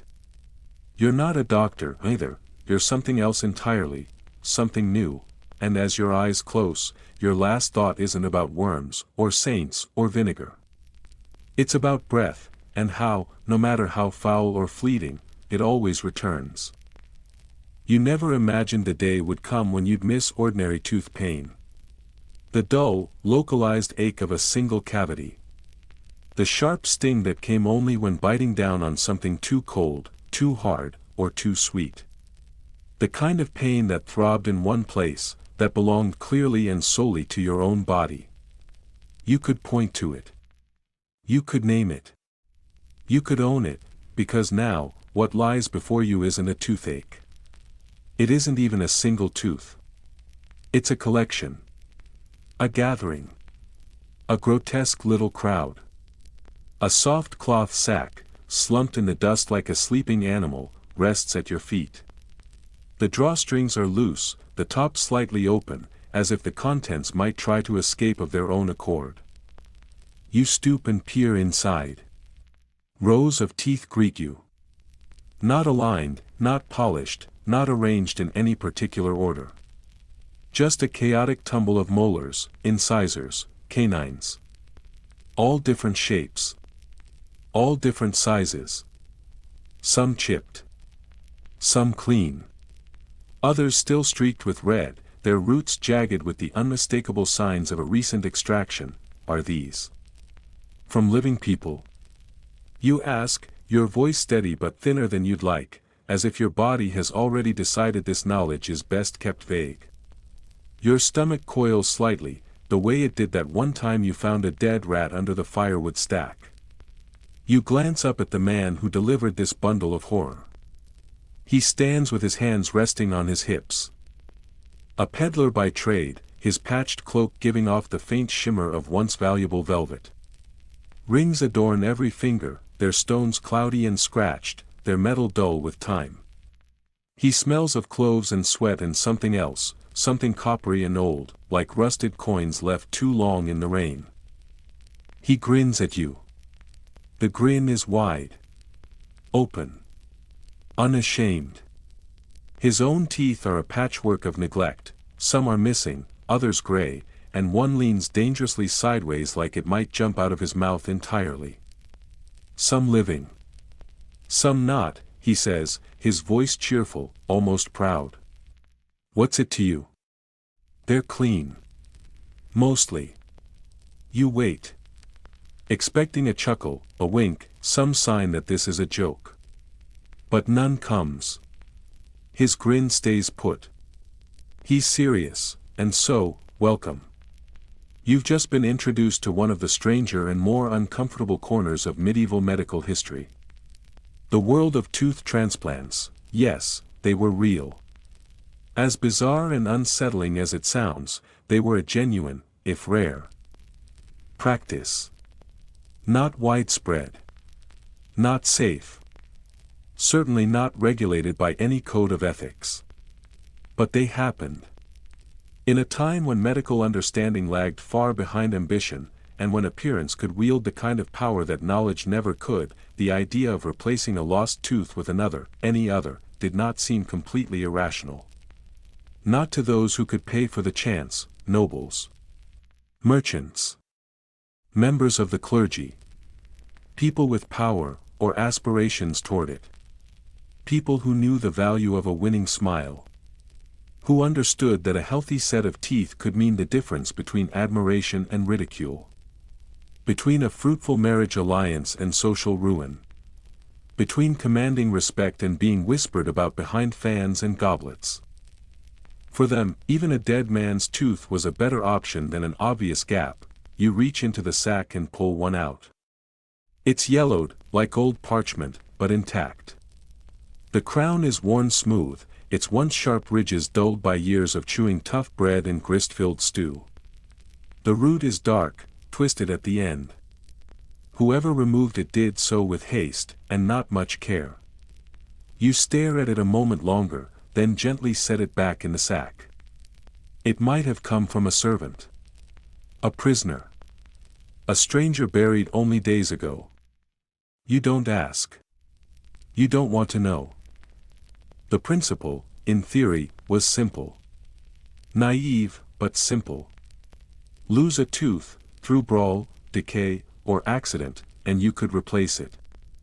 Find a donor, preferably recently living, and slot their tooth into your own empty socket. If the timing was perfect, and if the gods were feeling generous, the surrounding tissue might accept it. The socket might close around it. The body might adopt it like a stray cat. Maybe, probably not, you are horrified, yes. Disgusted, certainly. But somewhere underneath the revulsion, there's something else. A pull. A spark of fascination. A dark curiosity that has you staring longer than you should. Historians still argue about whether any of these attempts ever worked. There are scattered records that hint at successes, a smiling noble at court, a wealthy widow flaunting her new grin at a ball. But most agree that these were illusions. The teeth were rarely anchored. Instead, they were placed shallowly, like earrings pressed into unpierced skin. Cosmetic more than medical. Held in by wax or wires, removed at night, like jewelry made from bone. Some old medical texts sing the praises of such procedures, speaking of wonders and miracles. But modern knowledge has made those songs sound like dirges. Without cleanliness. Without antiseptics. Without the slightest idea of what an immune system even was. The body rejected what didn't belong. Infection spread. Pain deepened. Death followed. But still, the hunger for beauty endured. Tooth fashion, however absurd, was real. Whispers start to find you. Whispers about black markets and backroom deals. About poor villagers who sell their teeth for a loaf of bread. About debtors who part with molars to settle accounts. About prisoners offered release in exchange for healthy incisors. You hear of corpses dragged from graves, their skulls broken open not for coins, but for canines. They called it human ivory. And it was every bit as grim as the name implies. You refuse. You can't. You won't. You will not take part in that. Instead, you do what you've always done. You start making. Crafting. Trying. Your first creation is clumsy. A scrap of sheep bone, shaved down into the rough shape of a front tooth. You smooth it with leather, polish it with spit. You press it into a gap in your own mouth, one left by a particularly bad winter. It fits, more or less. It squeaks when you chew. Rubs when you speak. Once, when you sneeze too hard, it shoots into your soup. Still. It's a start, you try again. You melt beeswax, blend in ashes. Sticky. Moldable. You test it as glue. It holds. Briefly. You experiment with sap, pitch, crushed stone. Trial and error becomes your routine. Each failure points you to something better. Soon, someone asks for help. A farmer, quiet and awkward, missing a canine. His daughter is getting married. He doesn't want to look like a fence with a missing post in the family portrait. You understand. You carve. You bind. You place. It fits, he grins, lopsided and proud. You grin back. Then it falls out mid-sentence, he laughs. Says he hasn't felt attractive in a decade. For a moment, he did. You believe him. That moment was worth something. Then comes the noblewoman. She arrives in elegance. Her horse is tall and well-groomed. Her veil billows behind her like a sail. A servant trails behind, holding a small pouch made of embroidered silk. Inside are 4 teeth. Gleaming. Golden. Smooth as river stones. Each one shaped with care. I want these fitted, she says, chin lifted high. You hesitate. Among the wealthy, gold teeth are more than replacements. They're declarations. Statements. Marks of wealth and status. Some are soldered to roots. Some wired in place. Some just pressed in for appearance. You've heard rumors of teeth embedded with gemstones. You examine her collection. 2 are likely gold. The others? Brass, maybe. 1 smells oddly of garlic. You say nothing. You try to explain you've never done this. That your tools are better suited to sheep bone and beeswax. She waves your words away. Just make it look good. So you do your best. You heat wax. Shape wires. Use bark paste to take impressions. You mold. You place. You adjust. You adjust again. When she leaves at sunset, her new teeth glint like coins. The village watches her ride away in silence, and now you feel it. That creeping shift. You're not worried about infection. Or even failure. You're worried about reputation, because suddenly, people believe you are something else entirely. A boy comes asking for sharp teeth. Like a wolf, he says. You decline. A merchant requests silver caps. You explain that silver tarnishes. Also, you have no silver. He offers livestock in exchange. You still say no, but the idea lingers. People trust you now with more than pain. They come with hope. With dreams. With identities they want you to help shape. You aren't just mending mouths anymore. You're shaping how people see themselves, and how they want others to see them. You begin to take notes. Sketches of odd teeth. Lists of materials that hold. Diagrams of bite patterns. Nothing formal. But enough to matter. Some say medieval folk didn't care about beauty. That vanity was a luxury no one could afford. But you know better. You've seen the way someone's shoulders lift when their smile returns. You've seen pride replace shame in the space of one fitted tooth. They care desperately. And for the first time, they have someone who listens. You're not offering perfection. You're not even offering permanence. But you are offering a choice. A glimmer. A hope, and in a world where rot and ruin rule, that's enough reason to keep going. You still fail. You still lose people. Some infections are too deep. Some damage too far gone. But when people come now, they come with light in their eyes. With courage. And sometimes, with a laugh, and in a place where half your own teeth are already lost, that's something worth smiling about. It's a damp morning when he arrives. The kind of damp that clings to your sleeves and seeps into your boots before you've even realized it. Fog curls between rooftops like a cautious visitor. Chimneys sigh smoke into the gray. Somewhere, a rooster crows with the flat enthusiasm of a bird too wet to care, and then he appears, a man in a fur-lined cloak, dismounting from a horse far too clean to have come from anywhere nearby. Its coat shines like polished lacquer, and its hooves make not a single splash as they touch the muddy ground. The man's boots don't squish or slide, they repel the muck as if by design. His gloves are soft leather, the kind that would crack if left near your hearth. His beard is trimmed to a point, his mustache curled precisely at the ends. He looks less like a traveler and more like a painting that's taken a wrong turn into your ramshackle village. He doesn't speak at first. Just surveys the space with a distant expression, as if deciding whether this whole landscape is worth bothering with. Then, finally, his gaze lands on you. He says, "I hear you fix teeth."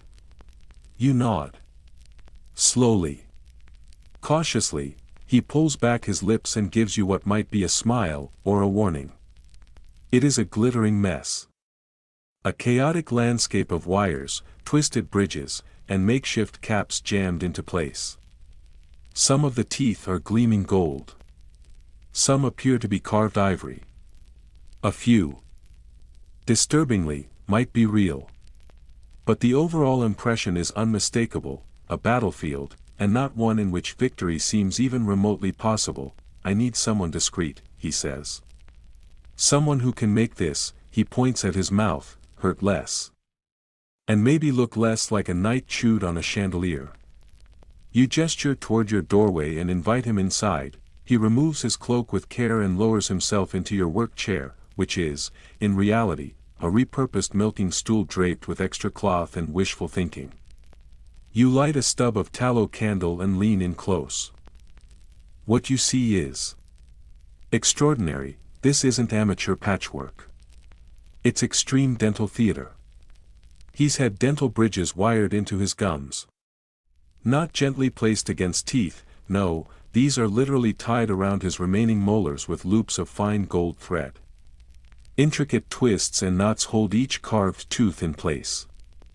Ivory, bone, maybe some enamel. Delicate. Dangerous. And deeply infected. His gums are inflamed to the point of purpling. The tissue around each wire bulges like a blister about to burst. His breath hits your face like a wave. Acrid. Sickly sweet. Sour, you've read of this before. In wealthier, more eccentric courts, especially in parts of Italy, France, and the Moorish regions of North Africa. This sort of thing was not unheard of. Among the elite, dental bridges made from bone or ivory, affixed with precious metal, were fashion. They were status. Function was optional. Comfort, rare. Nobles and merchants sometimes used animal teeth, sometimes teeth from human donors, sometimes even small wooden carvings, wired and wedged into their mouths to dazzle at court. Whether they worked was another story. Some historians argue these contraptions were removed nightly, worn only during feasts and ceremonies like jewelry for the face. Others claim they stayed in permanently. The latter theory explains the common pattern of chronic infection, swollen faces, loose teeth, and, ultimately, More elaborate bridges to compensate for the damage caused by the first. A cycle of vanity and pain. You reach out, gently touch one of the wires, he flinches, eyes narrowing. His hand grips the stool. I can ease the pressure, you say quietly. Maybe reset the bridge. But we'll need to remove this one completely. He hesitates for a long moment. Then he nods once. You begin. The process is long. Nearly 2 hours pass. You snip the wires carefully with your bone-handled shears. You soak the gums with cloth steeped in warm rosemary water until the swelling subsides enough to work. You loosen each fake tooth with waxed linen, wiggling and twisting gently, cautiously, until they slide free. The ivory clicks as it hits the bowl beside you. He doesn't scream. But he grips the edge of the stool until his knuckles turn white. Sweat pours down his neck, soaking the collar of his fine shirt until it clings like burlap. When at last you finish, you clean the wounds with salt water, then reinsert only 2 of the carved teeth, the one still intact, still relatively shaped. The rest you leave out. His gums need to breathe. To heal. To rest. He studies his new reflection in a polished metal plate. His smile is smaller now. Less flamboyant. But the pain has dulled. He looks at you. Thank you. Then he reaches into his cloak and hands you a pouch of coins. You catch it. It's heavy. Far heavier than anything you expected. The weight pulls your arm down. Your knees nearly buckle. You open your mouth, but nothing comes out. He nods once more, fastens his cloak, and steps outside. His horse is already waiting. Without another word, he mounts and rides off into the gray morning fog, vanishing into the mist like a story that's decided not to finish. You sit there for a long time. The pouch is still in your lap. You open it carefully. Gold. Silver. More than you've ever seen in one place. You could rebuild your hut. Build a second one. You could hire help. Buy proper tools. Even travel. The coins glint in the candlelight like tiny suns, each one carrying a dream you didn't know you had. You think about it all day, but that evening, as the mist thickens again and the wind grows damp and cold, a farmer arrives. His daughter is with him. Her face is flushed. Her gums swollen. She clutches her jaw, tears in her eyes. You don't hesitate. You boil water. You reach for your tools. You work, because somehow, between sheep bone fillings and rosemary cloths and noblemen with chandelier mouths, this has become who you are. The next morning, just after sunrise, a small child appears at your door with a folded letter. It's from the nobleman. Inside is a note of thanks. Short, direct, and sincere. Alongside it, wrapped in clean linen, are 2 bone-handled tools. Real tools. The handles are carved, smooth to the touch, and the tips are cast in bronze. Balanced. Elegant. Clean. You turn them over in your hands. They feel alive. A strange feeling stirs in your chest, dignity, maybe. Or validation. As if this thing you've stumbled into, this patchwork practice of stitching together smiles and draining rot from infected gums, might actually matter. You begin using the new tools immediately. Their precision changes everything. They cut better. They scrape with finesse. They don't splinter, don't slip, don't bend in the wrong places. Your confidence deepens with every extraction and repair. Soon, you begin experimenting with dental fillings. Yes, those existed. Sort of. You remember the tale of a traveling monk who filled his decaying molar with beeswax softened by fire. Another story told of a sailor who packed his cavity with pitch and pine resin. One woman claimed she used lead filings and sealed them with wine. She was never heard from again. Your first attempt is cautious. You grind dried mint and yarrow, mix it with warmed resin, and press the paste into a villager's aching tooth. It holds for 3 days. Then dislodges during a cough. Still, better than nothing. Your second attempt uses thicker resin and a pinch of crushed charcoal. It holds for a week. The third? A whole month. A revolution. Soon, people are coming not to lose their teeth, but to save them. One man, rough-faced and stoic, bursts into tears when you ease his agony without pulling the molar. He hugs you. You freeze. Then, awkwardly, hug back, your sleeves coated in herb paste and tooth grit. You start keeping notes. Not just in your head anymore, but on real parchment. Diagrams. Measurements. Sketches of tools. You write down what worked. What didn't. Who healed. Who didn't. Who smiled. Who left silent, and somewhere in that growing stack of parchment and wax-stained tools, something shifts. People stop calling you mouth man. A new word drifts into your mind. You didn't invent it. You heard it once, from a passing trader, used mockingly. Dentarius. A Latin word. A scholar's word. The kind of word you once believed belonged only in libraries and palaces, but now. It feels different. You say it aloud. Quietly. To no one but the candle, Dentarius. It feels right. Not fancy. Not foolish. Just right, even if no one else calls you that yet, even if it's just you, your stool, your hut, your parchment notes, your strange collection of teeth and wax and dreams. You go to sleep that night exhausted, but proud. Tomorrow will bring more pain. More swollen mouths. More blood.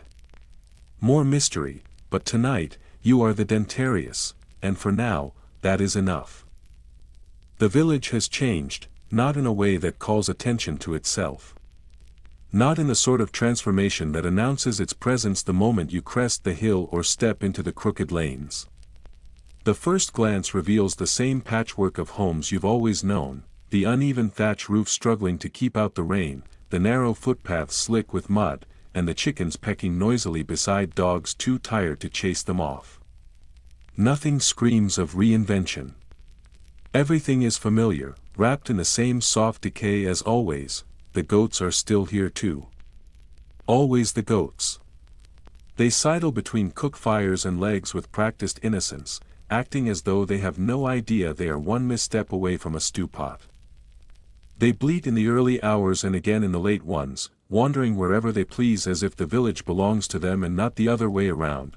But something is different. It's not in what you see, but what you sense when you pause and allow yourself to listen more deeply. If you pay attention to the rhythms beneath the everyday noise, you'll catch it. The murmur of conversation is different now. There are more thank yous tucked into the spaces between words, shared between neighbors who used to communicate in grunts or silence. Laughter echoes where complaints used to settle. Real laughter, too, round and full, laughter that spills from mouths no longer clenched in pain. And at night, there is quiet. Not the stillness of fear or hunger, but a calm hush, shaped by the absence of cries. Fewer people wake in agony.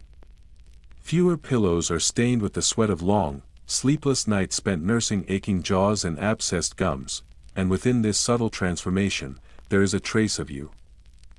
You are part of it. Not the cause of it all, certainly not the lone solution, but a contributor. Bit by bit, patient by patient, you've chipped away at the quiet suffering that used to blanket this place. You haven't become a hero out of legend. You are not sung about in markets or painted onto tavern walls. But your work has taken root. It's built into the daily fabric now, humming quietly beneath each morning like a low drumbeat. The whirlwind pace of those early weeks is gone. You no longer stumble from one emergency to the next in a flurry of panic and improvisation. Now, you move with rhythm. With a system. You've started keeping records, simple ones, marked on scraps of bark tied together with twine. They're crude, easily smudged, but they work. Mornings are now for assessments and cleanings. You check for swelling, peer into mouths with your bent spoon, brush away grime with mint-soaked cloth. Afternoons are heavier, extractions, abscess drainings, stubborn infections. Sometimes you stitch. Sometimes you cauterize. Always you do what you can. Evenings belong to you, at least what's left of you. That's when you experiment. Every inch of your hut has become a kind of laboratory. Dried herbs dangle overhead, brushing your hair when you pass. Ceramic bowls line the floor, each filled with a different paste or powder. Some smell sharp and medicinal. Others resemble spoiled jam or boiled moss. Your salves range from sweet hay to burned boot leather. One in particular has the uncanny scent of a mushroom left too long in a warm cellar. You keep it anyway. You never know, and then, there are the children, oh, the children. They arrive in waves, trailing muddy footprints and half-formed stories. Their cheeks are flushed with cold or excitement or sugar. They bring you teeth tucked in leaves, teeth wrapped in string, teeth proudly displayed in open palms like precious stones. One girl announces that her tooth is a gift to the fairy who leaves coins. You blink. You've heard of such ideas in passing, strange echoes from distant lands or distant futures. But here, it feels out of place. You say nothing. You smile and nod. Let her have her magic. Another boy, barefoot and triumphant, reveals his lost tooth and explains he bit a rock. Why? Because it looked delicious. You stare at him. He shrugs, completely unrepentant. You hand him a slice of honeyed bread and mutter something about common sense. He nods with exaggerated solemnity, then proceeds to lick the window of your hut just to see what it tastes like. Children's mouths are small landscapes of chaos. Teeth appear in strange places, grow at odd angles, disappear with no warning. Some have double rows. Some have none at all. You've begun adapting. Sewing needles serve as picks. Thin bird bones make excellent scrapers. A flattened spoon now acts as a tongue depressor. It took weeks to file it smooth. It works beautifully. The challenge isn't just mechanical. Children bring sound. Endless sound. Sobbing. Shouting. Giggling. Some scream the instant they see you. Others sing while you inspect them. One boy barked like a dog for an hour straight, purely for the fun of it. You've tried everything, gentle explanations, calming words, even bribes of sweet herbs. Nothing works quite like Sir Gumsalot. He's a sock. An old, pilled one. You stitched a button eye onto his heel, sewed a crude mouth on his side, and drew a tooth on his forehead in ash. He is hideous. He is beloved. Children come just to see him. You've told them he guards the mouth from bad spirits. You think someone might have carved a statue of him by now. You try not to think too hard about it. The children bring more than noise. They bring strange cases. A girl arrives one day crying, blood on her lips. You find a bone shard lodged in her gum from a badly baked loaf. You remove it. Her mother weeps with gratitude and offers you a chicken. You decline. The hut is already crowded. You remember reading brittle pages in some forgotten text. The kind copied by candlelight and passed down from doctor to doctor. They say almost nothing about children. Some mention clove oil. Others offer nonsense. One claimed that rubbing crushed pearls into the gums would make new teeth grow faster. Another recommended burning toads. You've ignored them all. Instead, you make your own salve. Honey and clove, with a whisper of mint. The flavor delights them. The scent soothes. Soon, they pretend to be in pain just for a taste. You pretend not to notice. You're almost proud of their cunning. Then, one day, there is the rat boy. He places his lost tooth into a mouse hole, believing this will bring him a sharper one. This, he says, is what his cousin told him. It is a ritual. An offering. A trade. The rat bites him, you clean the wound and wrap it gently. He beams. Do you think the rat will grow my tooth now? He asks. You pause. Then you say, it's possible. He nods with conviction, it sparks something in you. These beliefs, they aren't foolish. Not really. They are ways to understand the world. Ways to give shape to fear, you begin collecting them. Scribbling them onto bark, onto old cloth, onto the edges of your makeshift journals. Not to mock, but to understand. Chewing fennel keeps your teeth white, lose a tooth during a full moon, and it won't grow back, bury it at the church window to keep your soul intact, if it falls out from the right side, misfortune. The left? Prosperity, toothache on Friday is a curse. On Sunday, a trial from God, you read each one aloud at night. You consider them. Some are silly. Some are oddly profound. All of them speak to a yearning for control, for meaning. You carve wooden teeth. You paint them with soot and ash. You give them to children as charms. You don't believe in their power. But they do, and maybe, in that belief, there's something real. One night, a woman arrives in panic. Her toddler is flushed. Face red with heat.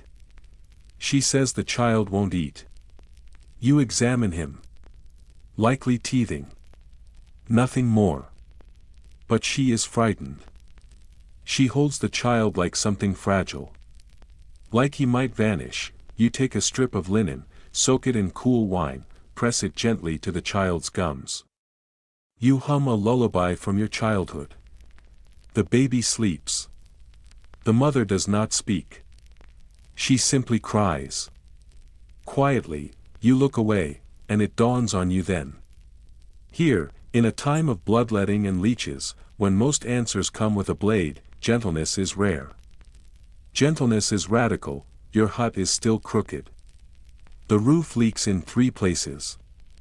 The walls groan when the wind rises. But inside, there is something else now. A kind of warmth. Not from fire. But from people. You are not a miracle worker. You still lose patience.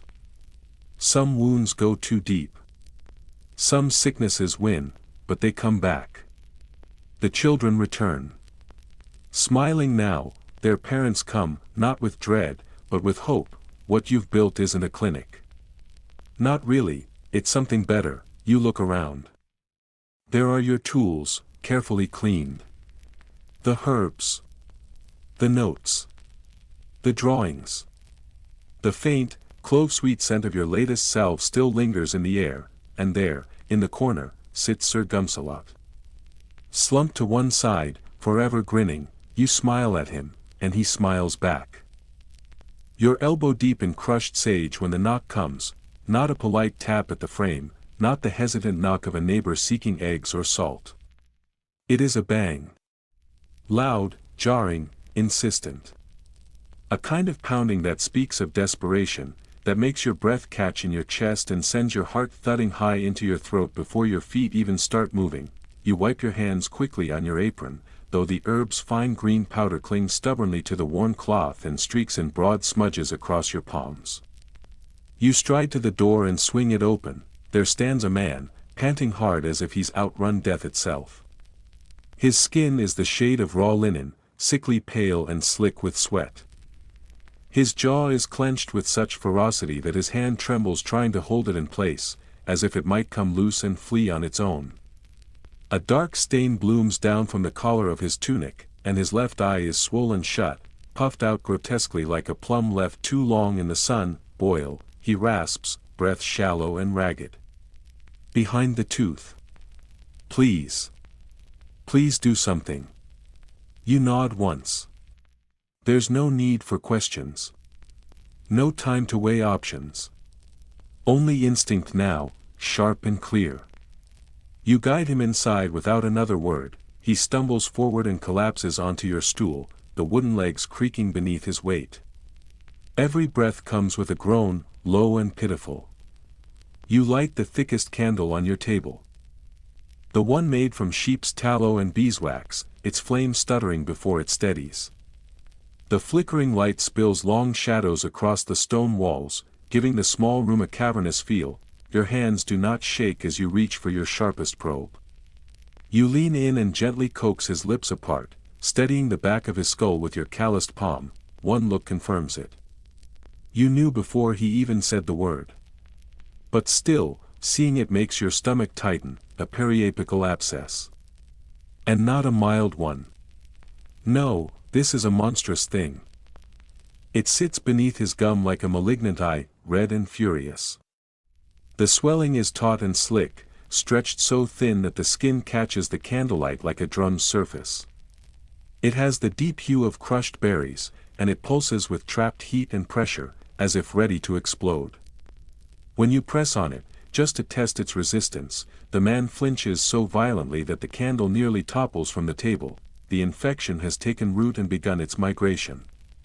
You can see the angry red line of inflammation trailing down his jaw, creeping like oil spilled in slow motion.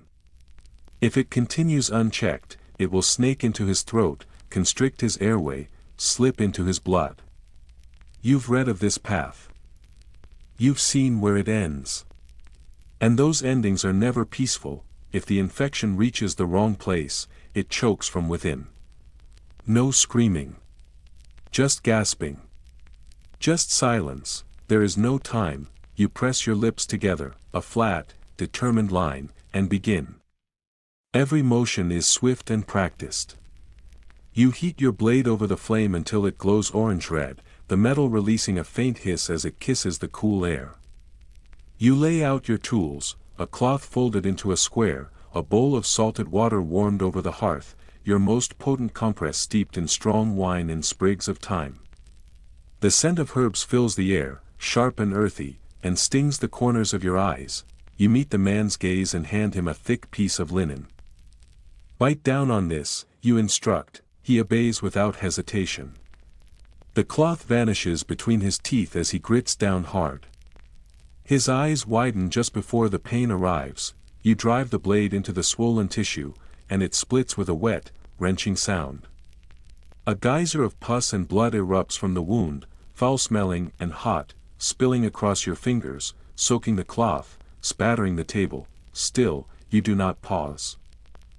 You flush the wound thoroughly with the salt water, pouring and wiping, trying to stay ahead of the flow. The infection spills out in waves. You pack the cavity with a thick, pungent paste, a blend of garlic crushed to a pulp, yarrow mashed finely, mint leaves bruised into bitterness. The odor is sharp, metallic and biting. The man's body spasms beneath your hands, jerking like a fish thrown onto burning coals. He gasps through the cloth, the sound wet and rattling. You keep going. You've done this before. You know it doesn't get easier. It just gets done. When the bleeding slows and the wound looks cleaner, when the worst has been purged, you ease him back. His body sags to one side. Completely spent, his tunic clinging to him with sweat. You catch him before he falls to the floor, cradling his head with one steady arm. You wrap his jaw with fresh linen, firm but gentle. Then you place a small vial in his hand, the liquid inside dark and bitter. A tincture of poppy and mint, your strongest pain relief. His fingers tremble as he raises it to his lips. He drinks. And then, at last, he begins to weep, not loud wails. Just soft sobs, uneven and low. A tide of pain and fear and fragile relief washing over him. You say nothing. Words cannot reach that place. Sometimes, silence is the only thing that understands. This is what defines dentistry in this age. Not the yellowing teeth or jagged gaps. Not breath sour with rot or gums blackened with decay. But this quiet war with hidden enemies. The deep-seated infections that begin without warning and end in agony, in fever, in choking silence. Historians speak often of the great killers of the past. War, they say. Or plague. Or famine. But you know better. You've seen another kind of death, one that does not wear a banner or arrive with drums. You have smelled its rot. Watched it hollow out strong men and children alike. It comes from within, from the smallest wound. A single infected tooth can destroy an entire life. Many of those ancient deaths, recorded vaguely as fever or madness, probably began right here. With an ache in the mouth no one took seriously, that night, you do not sleep, you lie awake, stiff beneath your blankets, listening to the wind clawing at your shutters. In the dark, you see his face. The sweat-soaked brow. The swelling, grotesque and angry. The eyes, red, frightened, pleading. You keep asking yourself what might have happened if he'd been delayed. If the blade had cracked. If your fingers had faltered, and you remember the others, the young girl with the fever who came too late to save. The silent man who left with half a jaw and never smiled again. The mother who forgot her words before her lungs gave out. These memories weigh heavy. They layer on your chest like soaked cloth. When dawn finally peeks through the gaps in your shutters, you rise with a decision, you gather your tools. Slide a blank notebook beneath your arm. And set off for the chapel. The wind is sharp. The morning sky hangs low and gray like old wool. You ask the priest, voice steady but urgent, for access to the Roman manuscripts kept locked behind the altar. You've heard the stories. Old texts, copied with aching hands by flickering light. Recipes. Remedies. Warnings from long ago. The priest narrows his eyes. But something in your face convinces him. He nods. You spend 3 days there. You sit on cold stone, candle close, flipping through pages so old they crumble at the edges. Diagrams of jaws. Scrawled margins. Remedies written in forgotten tongues. Galen speaks of copper needles. An Arab scholar describes burning away infection with heated bronze. A scribbled note in the corner, faded and crooked, mentions vinegar mixed with fire and honey. You try it. The taste burns. But it helps. You take notes. Precise, complete, unwavering notes. You draw jaws, name roots, list herbs by strength. You write down every scream that quieted, every swelling that eased, every child who stopped crying once the poultice worked, and a book begins to form, not a masterpiece. Not something for scholars. But something that matters. Something true. You call it the dente humano, on the human tooth. No one asked for it. No one funds it. But you write it anyway. Because you remember what it's like to not know. To try and fail. And because, maybe, one day, someone won't have to. Days later, the man returns. His skin is no longer pale. His jaw is still sore, still bruised, but the swelling is gone. In his hands, he holds a wrapped bundle. Inside, a loaf of crusty bread. And beside it, a small wooden token, hand-carved with your initials. It's what we give the saints, he says softly. I thought. It fit. You thank him. After he leaves, you hang the charm by your door. It spins slowly in the breeze. Catching firelight as it turns. A few days later, a traveler arrives. Road-worn, aching, clutching his face. He says a woman in the market sent him. Says the ache is deep. His gums are turning dark. You do not flinch. You open your notebook. Find the newest page, and begin again, because the infections will keep coming, and now, so will you. It happens every year, and yet somehow still catches people by surprise. Perhaps it is the sudden drop in pressure.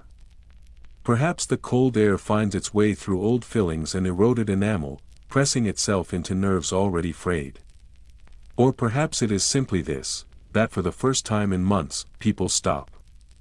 They stop running, stop planting, stop running to market and pulling carts and sweating through long, sun-drenched days. And when they stop, they finally feel.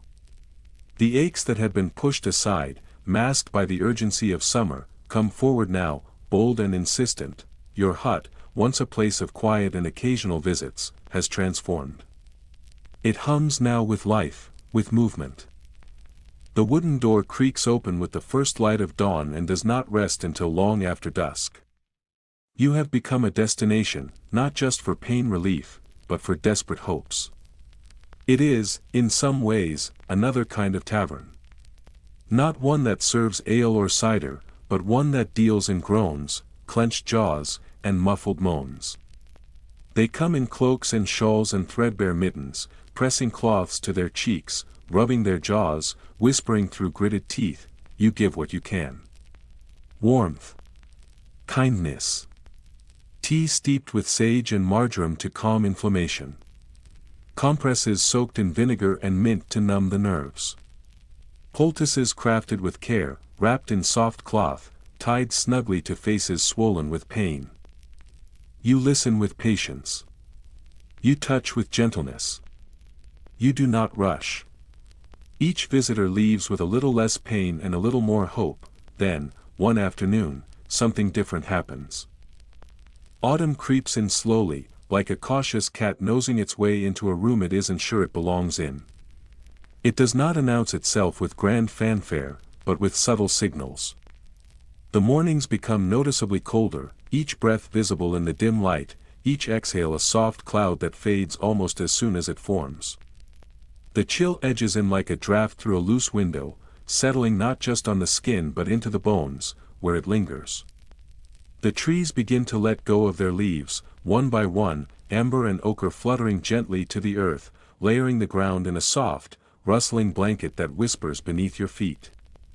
Even at midday, the sun sits low and sullen, stretching long shadows across fields that once burned bright in the height of summer. There is a hush now, as if the world itself has taken a breath and decided to speak a little more softly. It is a season of slowing.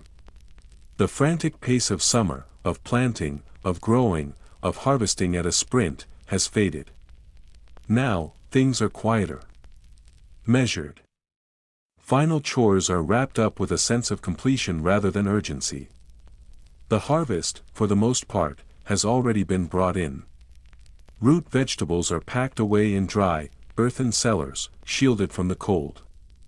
Jars filled with jewel-toned jam, slabs of salted meat, and bundles of dried herbs line the shelves in neat rows.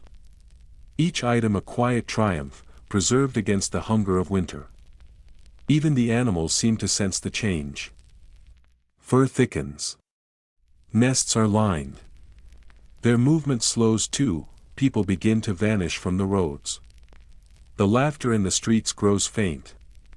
Instead of loitering at the well or outside shops, they pull inward, toward the warmth of their homes, toward flickering hearths and woolen blankets, toward the comforting scent of stews simmering slowly and smoke curling up from chimneys.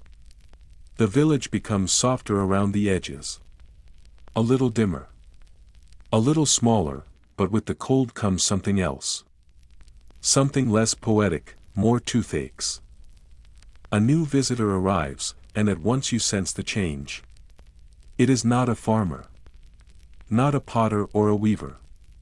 Not someone you have passed in the market square or nodded to at Sunday Mass. He appears just as the sun begins to slip low, painting the frost-dusted ground in deep orange. A young nobleman, clearly out of place, stands at your threshold. He is tall, shoulders drawn tight beneath a heavy wool coat. His scarf hides much of his face.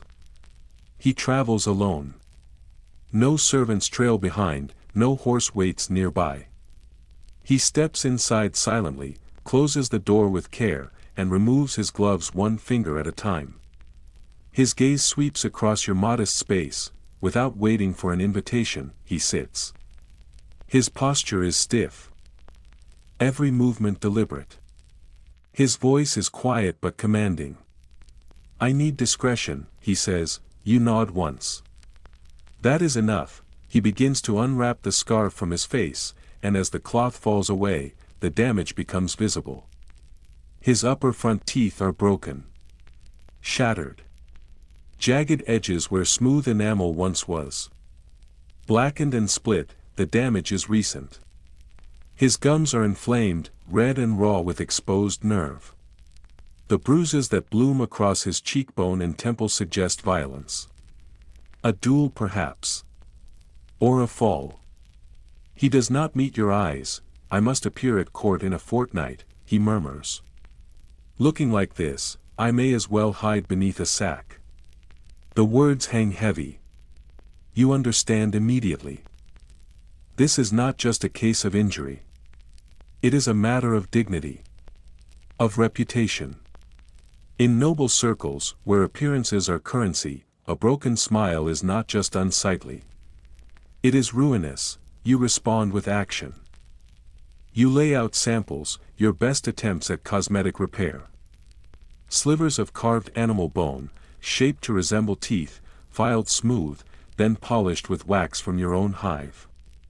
You handle them like glass. They are fragile, but they glimmer faintly in the firelight. With slow, steady hands, you begin the work. You anchor each piece carefully, tying them to the surviving teeth with fine cord dipped in resin. The work demands stillness. Precision. Hours pass. Your shoulders ache. Your eyes burn. But you do not stop. When it is done, and he looks into the small hand mirror, his breath catches. The reflection is not perfect. But it is something. Something closer to what he was. Something human again. He places a hand on your shoulder. You have saved my life, he says, and then he leaves, offering no name, no payment, just that single sentence. A week later, a letter arrives. It is sealed with wax, pressed with the crest of a noble house. Inside is a brief note of thanks, written in elegant script. Along with it comes a gift, a silver dental scraper, light in the hand, engraved with a single word in Latin, fortitudo, fortitude. You polish it until it gleams. Then you place it beside your other tools. And as you feel its weight settle in your palm, something else settles in your mind. You are no longer just a village remedy. You are something more now. A specialist. A name quietly passed between people who need help but do not know where else to turn. And so the patients continue, a baker whose teeth are worn thin from tasting sharp vinegars, year after year. A lute player who cracked a tooth on a too stiff reed. A nun who grinds her molars in silence, never speaking of her pain, only wincing when she thinks no one sees. Each case is new. Each one teaches you something. You begin to understand that the teeth are not merely bones. They tell stories. They reveal habits. The baker suffers not from decay but from acid erosion, subtle and persistent. The musician's pain is acute, from trauma. The nun's is chronic, from pressure. Bruxism, though no one yet has given it that name, you revise your records. You divide your notes. You categorize symptoms with precision: pain when biting, a cracked root, pain from heat, infection, pain from cold, pulp exposed, jaw aches in the morning, grinding, swelling near the chin, likely an abscess, sour breath, loose teeth, gum disease. You begin to advise before the agony takes hold. Teach gentle chewing, softer foods, rinsing after meals, straw brushes, warm water infused with herbs. You speak plainly, pour your learning into each exchange. One day, a merchant arrives. Ledger in hand. He speaks simply. I want to pay you, he says, to treat my workers. Quietly. Before they complain. You hesitate. He shrugs. They miss fewer hours that way. It's better for business. It is a blunt logic. But sound, you agree, and just like that, you find yourself stepping into a new role. No ceremony. No title. But something rare. A provider of preventive care. A quiet revolution. You hold gatherings. Small lessons. In your hut, in barns, in cellars. You show people how to rinse with salted water. How to feel their gums. How to craft simple tools from feathers and twine. It is not glamorous.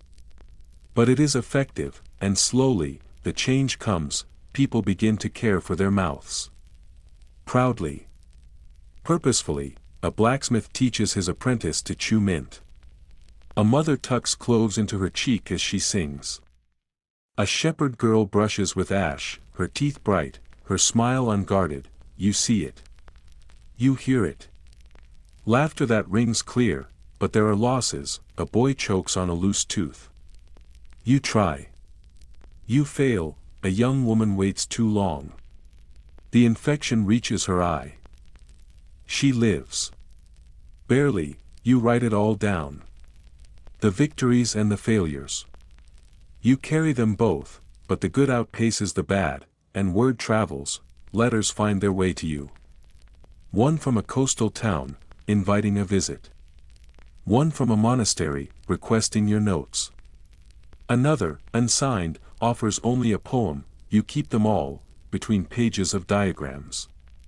Between smudges of ash and stains of herb oil, because in this world of constant pain and quiet suffering, you are building something different, a future, tooth by tooth.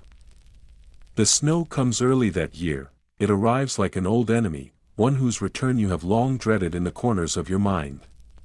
It does not burst through with fanfare. It sneaks in, quiet and calculating. At first, it flutters from the sky in faint whispers, just a dusting, light and dry as sifted flour. The flakes melt by midday, vanishing on rooftops and windowsills as if they were never there at all. But it does not stop. Slowly, steadily, it gathers confidence. It begins to layer itself across the land, thickening day by day, hour by hour, until the weight of it bows the tree branches and presses the village into hush, the fields, once stubbornly clinging to the last brittle stubble of autumn's crops, are swallowed entirely beneath a hard, glistening crust. The familiar dirt path that winds toward your door, once worn down with footprints and the wheel grooves of passing carts, becomes a polished mirror of ice. Each step on it is a hazard, each shuffle forward a quiet negotiation between balance and fate. You wear every layer of wool and cloth you own, piling garment over garment until you scarcely resemble yourself. Your breath clouds the air in thick bursts, like signals of distress rising into the cold sky. Inside your home, the fire is no longer comfort. It is necessity. You tend to it with vigilance. You stack wood higher, feed flames more often, poke at embers as though your life depends on it. Because it does. And still, despite all effort, the cold slips in. It curls beneath the doorframe.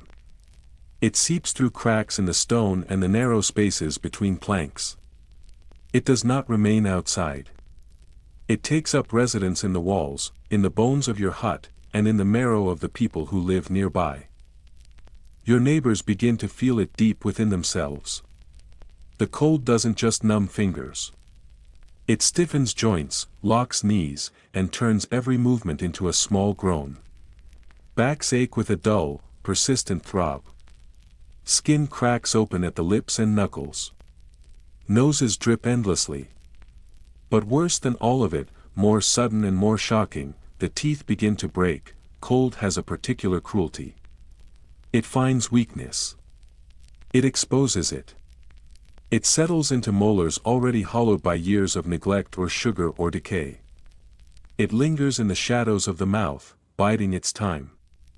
And when warm liquid or food meets that hidden chill, the result is sudden and sharp. A fracture. A snap. Sometimes a sound like dry wood splitting underfoot. The damage is real. It is immediate.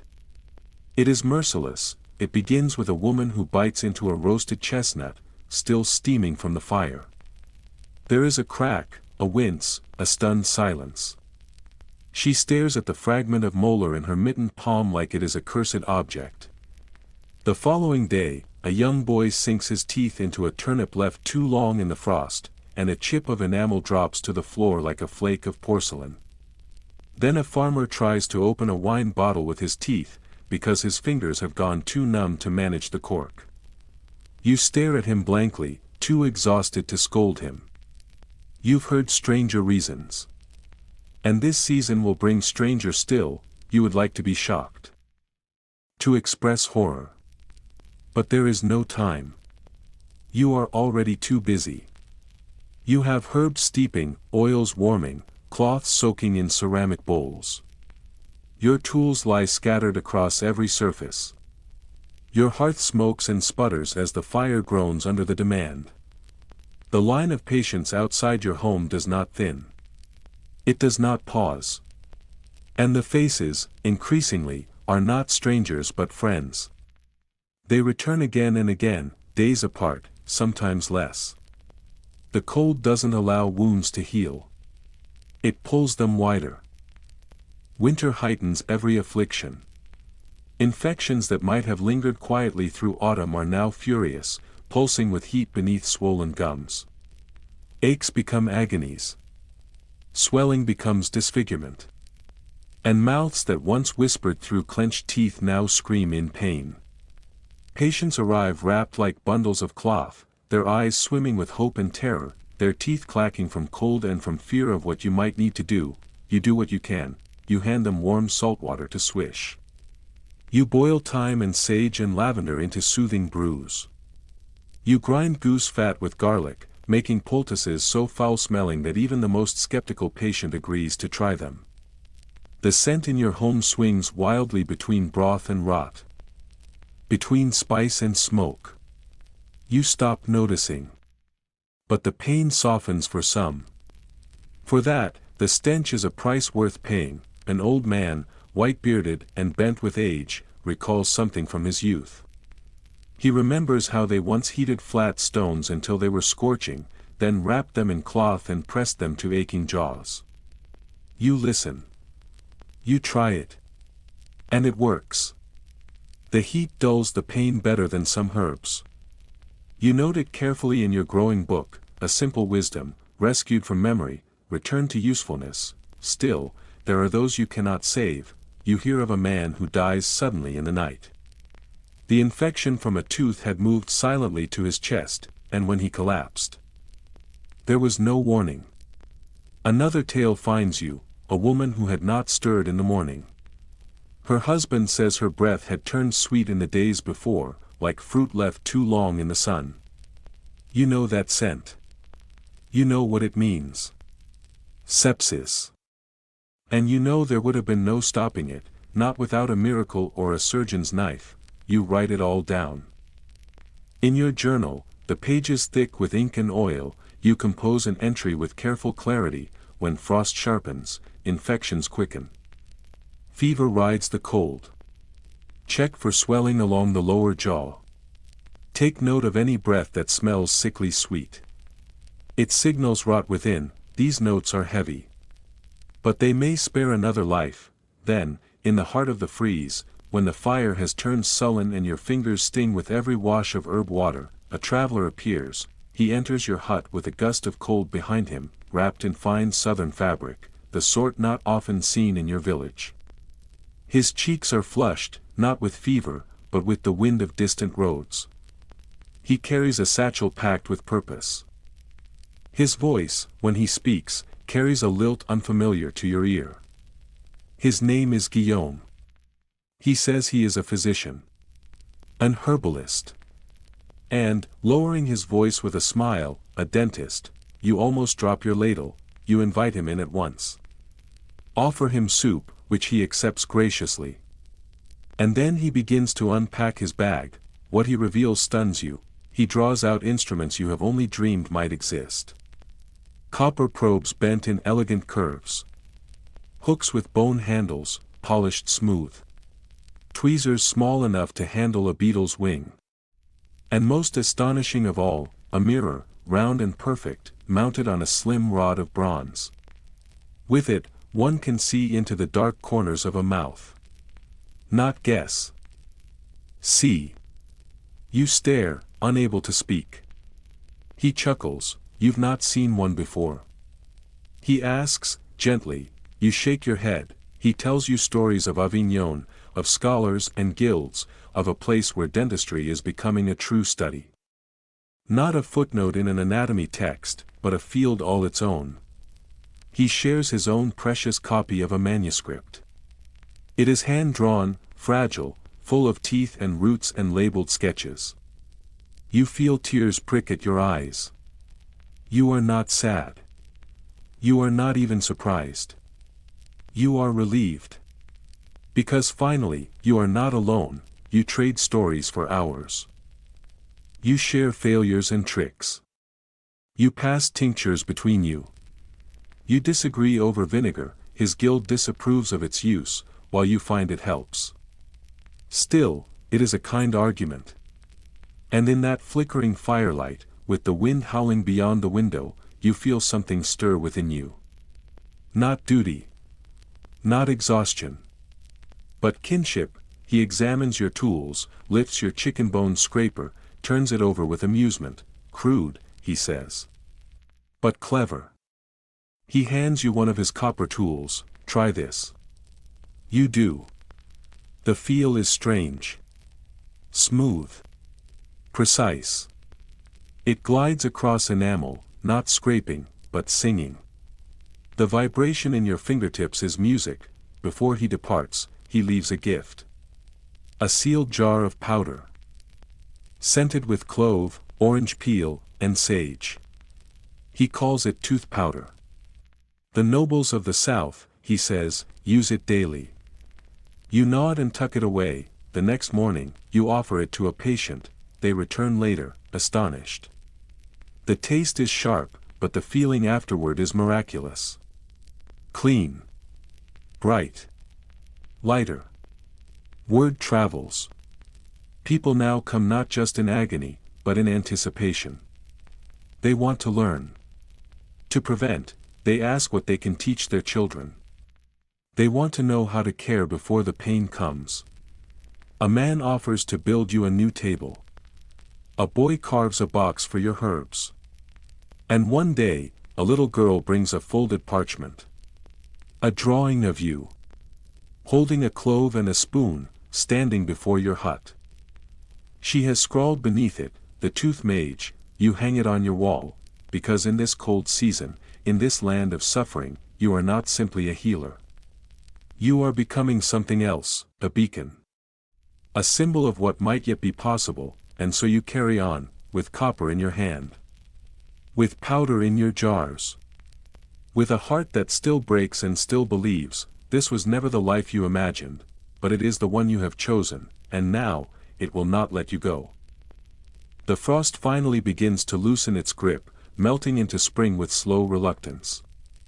It doesn't vanish all at once, but seeps away bit by bit, dripping from rooftops and tree branches, softening the ground beneath your feet. Ice turns into mud, thick, clinging mud that swallows boots and tracks indoors.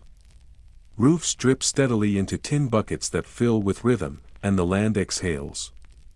Green pushes its way through the earth like it's been holding its breath all winter, tentative at first, then bold, reclaiming the edges of gardens and peeking through the cracks in the path. You stretch your back until it pops, then your jaw, then your shoulders. Everything feels tight and slightly rusted from weeks spent hunched inside. You throw open your windows for the first time in what feels like forever. The hinges groan, then give way. The air that flows in carries the scent of thawed soil, old ash, damp leaves, and distant smoke. But also something subtler. Something fresher. Something like opportunity, because with the changing season comes something unexpected. Not more cases of frostbite, not the slow trickle of post-winter fevers or chattering teeth. Something else entirely. Visitors. But not the kind who show up in pain, clutching a swollen jaw or trailing the scent of infection. These visitors come with notebooks, not patients. Apprentices. The first is a boy of about 14, awkward in his movements and painfully quiet, who appears one morning at your door with a pouch full of mint leaves and a crooked, hopeful smile. His boots are too big, his hands are raw from cold, and he smells faintly of sheep. I want to learn, he mumbles, voice barely more than a breath. People said you fix teeth. I want to fix teeth too. You almost laugh. The pouch of mint leaves is clearly a peace offering. But then you look into his eyes. There's something behind the nerves. Determination. Hope.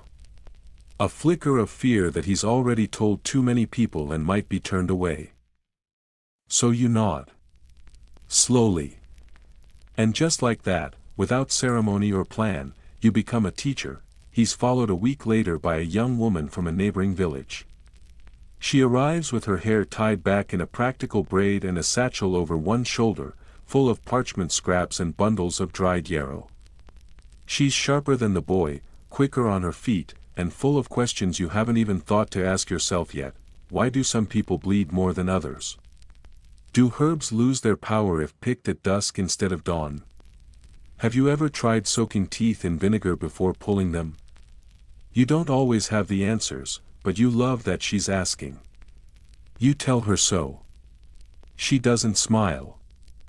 But the corners of her mouth twitch, and she writes down everything you say in neat, quick strokes. Soon, your hut feels different. Not larger, but fuller. No longer just a quiet sanctuary where pain is soothed and soot scraped from teeth. It becomes a humming little workshop. A space of shared purpose and clattering spoons, of simmering pots, bundled herbs, and murmured arguments about the best way to clean a festering gum line. You teach them what you know. How to pack a gum boil with crushed calendula. How to read a person's breath like a prophecy. How to know when a person is truly in pain and when they are just afraid. How to choose the right leaf, not just any green one. You even let them use the book. De Dente Humano, your weathered, ink-smudged volume with its tattered corners and uneven margins. You let them read your notes, trace your diagrams, and even add their own sketches. They correct your terrible spelling with tact and reverence. They take to it like seeds to spring soil. With reverence. And pencils.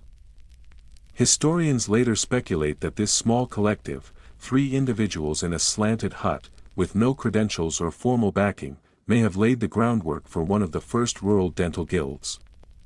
They write papers about it. They point to the book, still preserved centuries later, as a turning point in the history of rural medicine. But to you, it is nothing so grand. To you, it is simply a way to survive the growing wave of mouths heading your way, because yes, people are still coming, more than ever. They arrive by foot, cart, and horseback. Merchants with gold-ringed fingers. Soldiers with broken molars. Nuns with prayers on their lips and loose teeth beneath their habits. Bakers with burn-scarred hands. Even a traveling actor, flamboyant and loud, arrives in a patched cloak and announces that his golden front tooth fell out during a dramatic death scene. You reinsert it using a paste of wax, ash, and a whispered prayer that may or may not rhyme. He kisses your hand with flair and calls you maestro of molars. The name sticks for weeks. Some of the children start calling you that in the streets. You no longer just fix teeth. You improve them. You begin refining techniques, combining what you've learned from your copper tools, your conversations with Guillaume, your new apprentices, and your own growing body of experience. Take fillings, for example.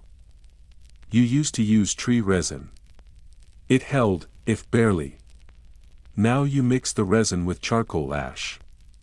It makes the paste stronger, more moldable, and oddly sweet-smelling. It doesn't just fill holes, it seals them. You've also started boiling your tools before and after use. Not because a priest told you to. Not because of any ritual. But because you've quietly noticed that patients who come in second, after the tools have been boiled, are less likely to come back with infections. You try to explain this to a skeptical patient once. Boiling kills the invisible things, you say. Invisible demons? He asks, suspicious. No, you reply. just invisible. Dirt. He nods solemnly. Witchcraft, then. Close enough. One of your apprentices, Clem, the sharp girl, starts keeping meticulous records. She creates little charts on wax tablets. She draws mouth diagrams. She compares notes. She notices things. She sees that patients with more missing back teeth tend to grind their front ones. That people who chew on one side often develop swelling in the opposite cheek. That those who laugh more, or have someone to hold their hand, seem to heal faster. You call her your scribe of smiles. She rolls her eyes and mutters something under her breath, but her cheeks turn pink and she beams anyway. Then, one day, something different arrives, a letter. Crisp parchment, sealed in wax, bearing the crest of a nearby city. The kind of paper that smells like ink and authority. A formal request. They've heard of your work. Of your book. Of your so-called school. They want you to come. To teach. To share what you've learned. You read the letter once. Then again. Then a third time, lips parted slightly. It feels surreal. A summons from the wider world. You do not answer it. Not right away, because that same evening, just as the sun is sinking behind the trees, a young mother arrives at your door with a baby on her hip and tears streaking down her wind-chapped face. She is out of breath. Out of hope. The child won't nurse. Won't sleep. The gums are swollen. The baby cries until he is hoarse, until his little body shakes with exhaustion. The mother thinks it is a curse. That something evil has entered her child. Her hands tremble as she speaks. You sit with her. You hold the baby. You examine his mouth, gently, with your smallest probe. You massage his gums with lavender oil and a warm cloth, slow and steady. He begins to calm. He sighs. Then he drifts into sleep, his breathing even and soft. The mother watches in awe. She looks at you like you've performed a miracle. You look at the child and think, this is why you stay, not for the coins, though you are grateful for them. Not for the praise, though it is kind. Not even for the book, though it grows heavier with knowledge each day. You stay for the stillness that follows relief. For the quiet that replaces pain. For the look in someone's eyes when they realize the pain is gone, and they can chew again. Smile again. Laugh again. Live again. You pass the city's letter to Clem. Write them back, you say. Tell them I'll come in the summer. After the mud dries. She nods, already reaching for her ink. Outside, the trees begin to bud. The wind has softened. The first bees drift lazily past the open window. Somewhere nearby, a chicken clucks. The village hums with the soft murmur of a world waking up, and in your hut, by firelight, you sharpen your tools. One by one. Carefully. Lovingly. Like a ritual, because winter may be over. The snow may be gone. But the work has just begun. The summer sun hangs low in the sky, a golden disk slowly tilting westward, casting long amber beams that stretch through the crooked doorway of your weathered hut. The light filters in like a liquid blessing, catching dust motes that swirl lazily in the air, suspended in the warm hush of afternoon. Everything inside glows. The wood of the doorframe shines like old honey. The walls, patched and sun-bleached, breathe in the heat and give it back slowly. The packed earth floor beneath your feet smells faintly of crushed mint, of sun-warmed herbs drying in bundles by the window, and the ever-present tang of dried clove ground into the corners. There is a scent of time here, an herbal, human scent that speaks of years worked and days endured. Outside, the village has awakened in full. It hums and rattles and sings with life. Wooden wheels creak as carts jostle over uneven paths and the heavy tread of hooves stirs little puffs of dust into the air. Children dart between homes, their sandals slapping against stone and dirt. Goats bleat from a nearby pen, a rooster announces something important from a fence post, and somewhere, someone laughs so hard that their voice breaks in two, raw and joyful, their mouth thrown wide open to the sun, and now, without even trying, without meaning to at all, you notice the teeth. That is the strange truth of your life now. You see them everywhere. Not just in the mouths of those who sit in your chair, but in passing strangers, in the upturned grins of children at play, in portraits hanging in the village hall, in dreams. Even shadows suggest enamel. In your mind, every smile becomes a chart, a language you've learned without anyone teaching it. You read the ridges, the faint cracks, the cloudy enamel and uneven wear. They speak to you like tree rings speak to the forest floor. They reveal a person's age, what they eat when no one is looking, how often they chew raw grain or sweetened root, how long they have clenched their jaw in grief. You can spot a molar worn from years of grinding even across a crowded market lane. You can predict which child will likely need a difficult extraction before the first leaves of autumn even begin to rustle to the ground, and the important part is this: you know how to help. The apprentices who once stammered and fumbled at your side have changed in ways that feel both sudden and long coming. They are not wide-eyed anymore. They no longer startle at each shriek of pain or drop their instruments when someone winces. Clem, always observant and quicker than most, now leads entire procedures with a calm assurance that makes you feel proud in a way you can't quite name. Her hands are steady. Her movements are deliberate, not rushed. Her voice holds weight, and it does not waver, not even when she explains a complex treatment with a mouth full of tools and time pressing close. She speaks in full sentences. Her clarity has become a kind of music in the room. You find yourself stepping back, watching her work with the quiet astonishment of someone who has planted a seed and then blinked to find a tree. Peter, the boy who once turned pale at the sight of even a paper cut, still flinches if a wound surprises him or if blood pools too suddenly. But he has found his own kind of strength. He now makes the finest clove paste you have ever tasted, balanced, potent, and soft on the tongue. He grinds the mixture with care, measuring by eye and scent. There is almost reverence in the way he stirs, testing the texture, adjusting the oil, smiling faintly when he gets it just right. Patients ask for it. Some joke about buying jars. Some mean it. The people who come to you are quieter these days. Not because their pain is any less, but because their fear is. They walk in without dread, speak without shaking. They sit more easily. Their shoulders settle rather than brace. They no longer wear the look of someone expecting punishment. They wait without complaint. Some arrive before sunrise just to be seen first. Some stay after their appointment, offering to sweep the floor or help restock herbs. And sometimes, unexpectedly, they smile. One patient brings you a handful of ripe cherries, their skins dark and glossy, nestled in a folded cloth like a gift too rich to accept.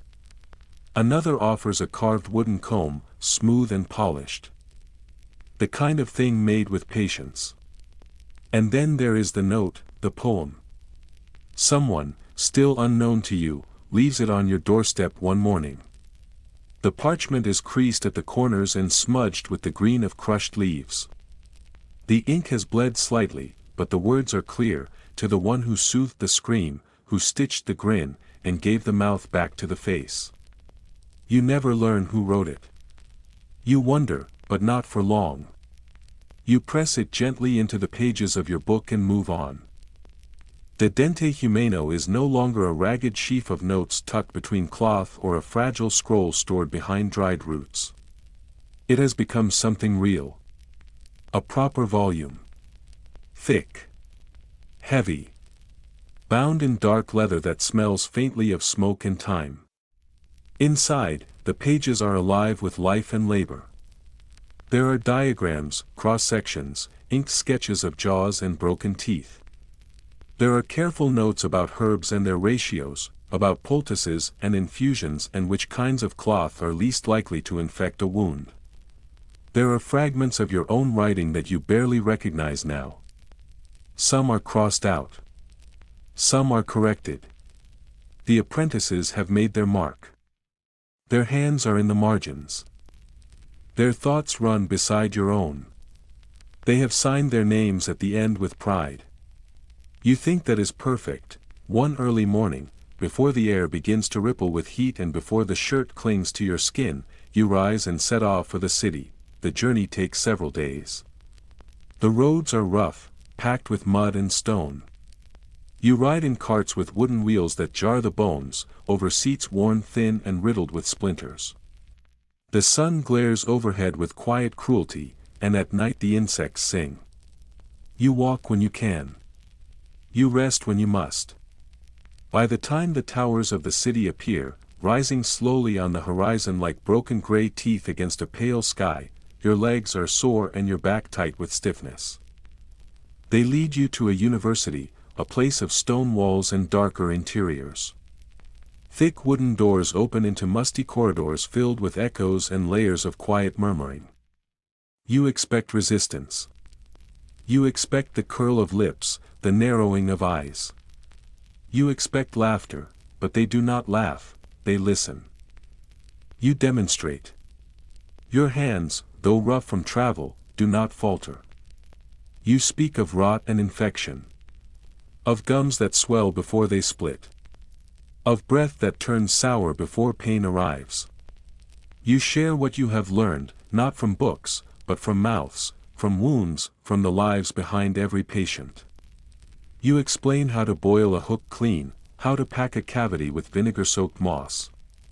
You describe how mint cools, how clove numbs, how willow bark calms inflammation better than prayer ever could. Some scholars nod, their fingers already scribbling. A few scoff from the back, arms crossed. One scholar weeps. They try to turn away, but you see it. They ask to copy your book. You let them. You leave behind some of your extra tools. The ones you made by hand, shaped and sharpened through trial and error. But you keep one. The first one. The scraper carved from the brittle leg bone of a chicken. The one you made the day you were in too much pain to wait for help. A reminder of where you began, you return home with your limbs heavy and your thoughts scattered like seeds in wind. The people greet you with smiles. They ask what the city was like. You answer, they had good teeth. And they laugh, your rhythm returns, you help a small boy whose baby tooth refuses to fall, clinging with a stubbornness that makes him tearful. You ease it loose with oil and song. You assist an elderly woman who declares, with great emphasis, that she intends to keep eating apples without drooling on her dog. She laughs so hard her eyes water. You laugh too, the village hums around you. The pattern resumes. Familiar. Steady. A song you know, and then, without warning or ceremony, without the slightest announcement, you treat your final patient. He is old now. But he remembers. He remembers the day you pulled your own tooth. He says he waited, just to see what you became. You clean his teeth. Pack a sore gum. Place a small pouch of fennel in his hand.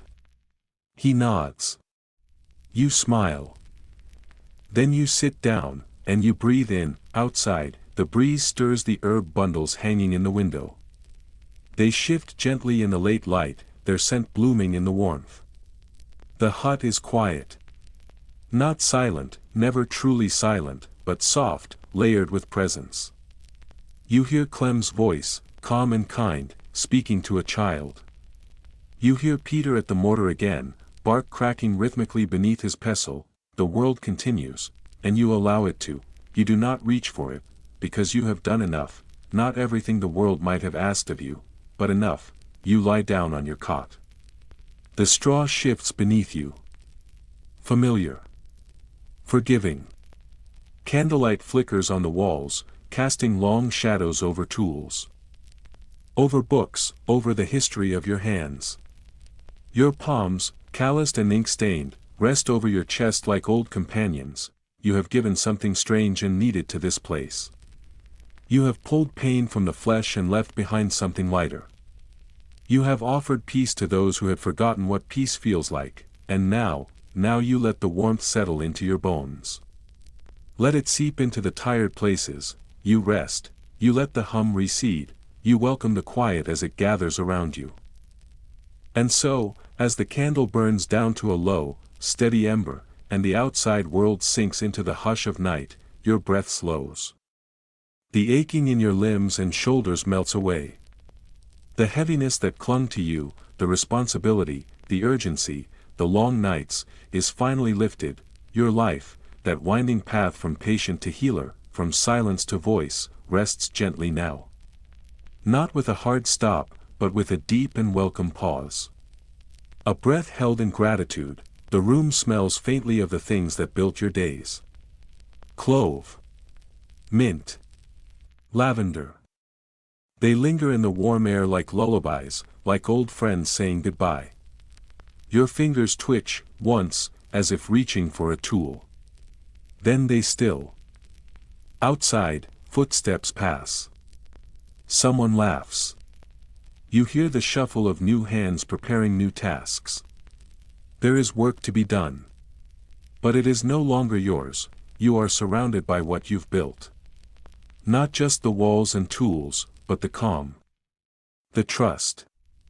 The knowledge that somewhere, someone chews again without pain.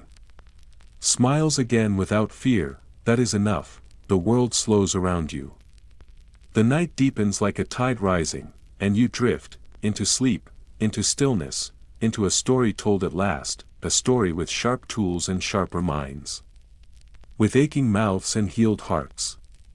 With pain, yes, but also with something more. You were the one who tried, the one who remained, the one who helped.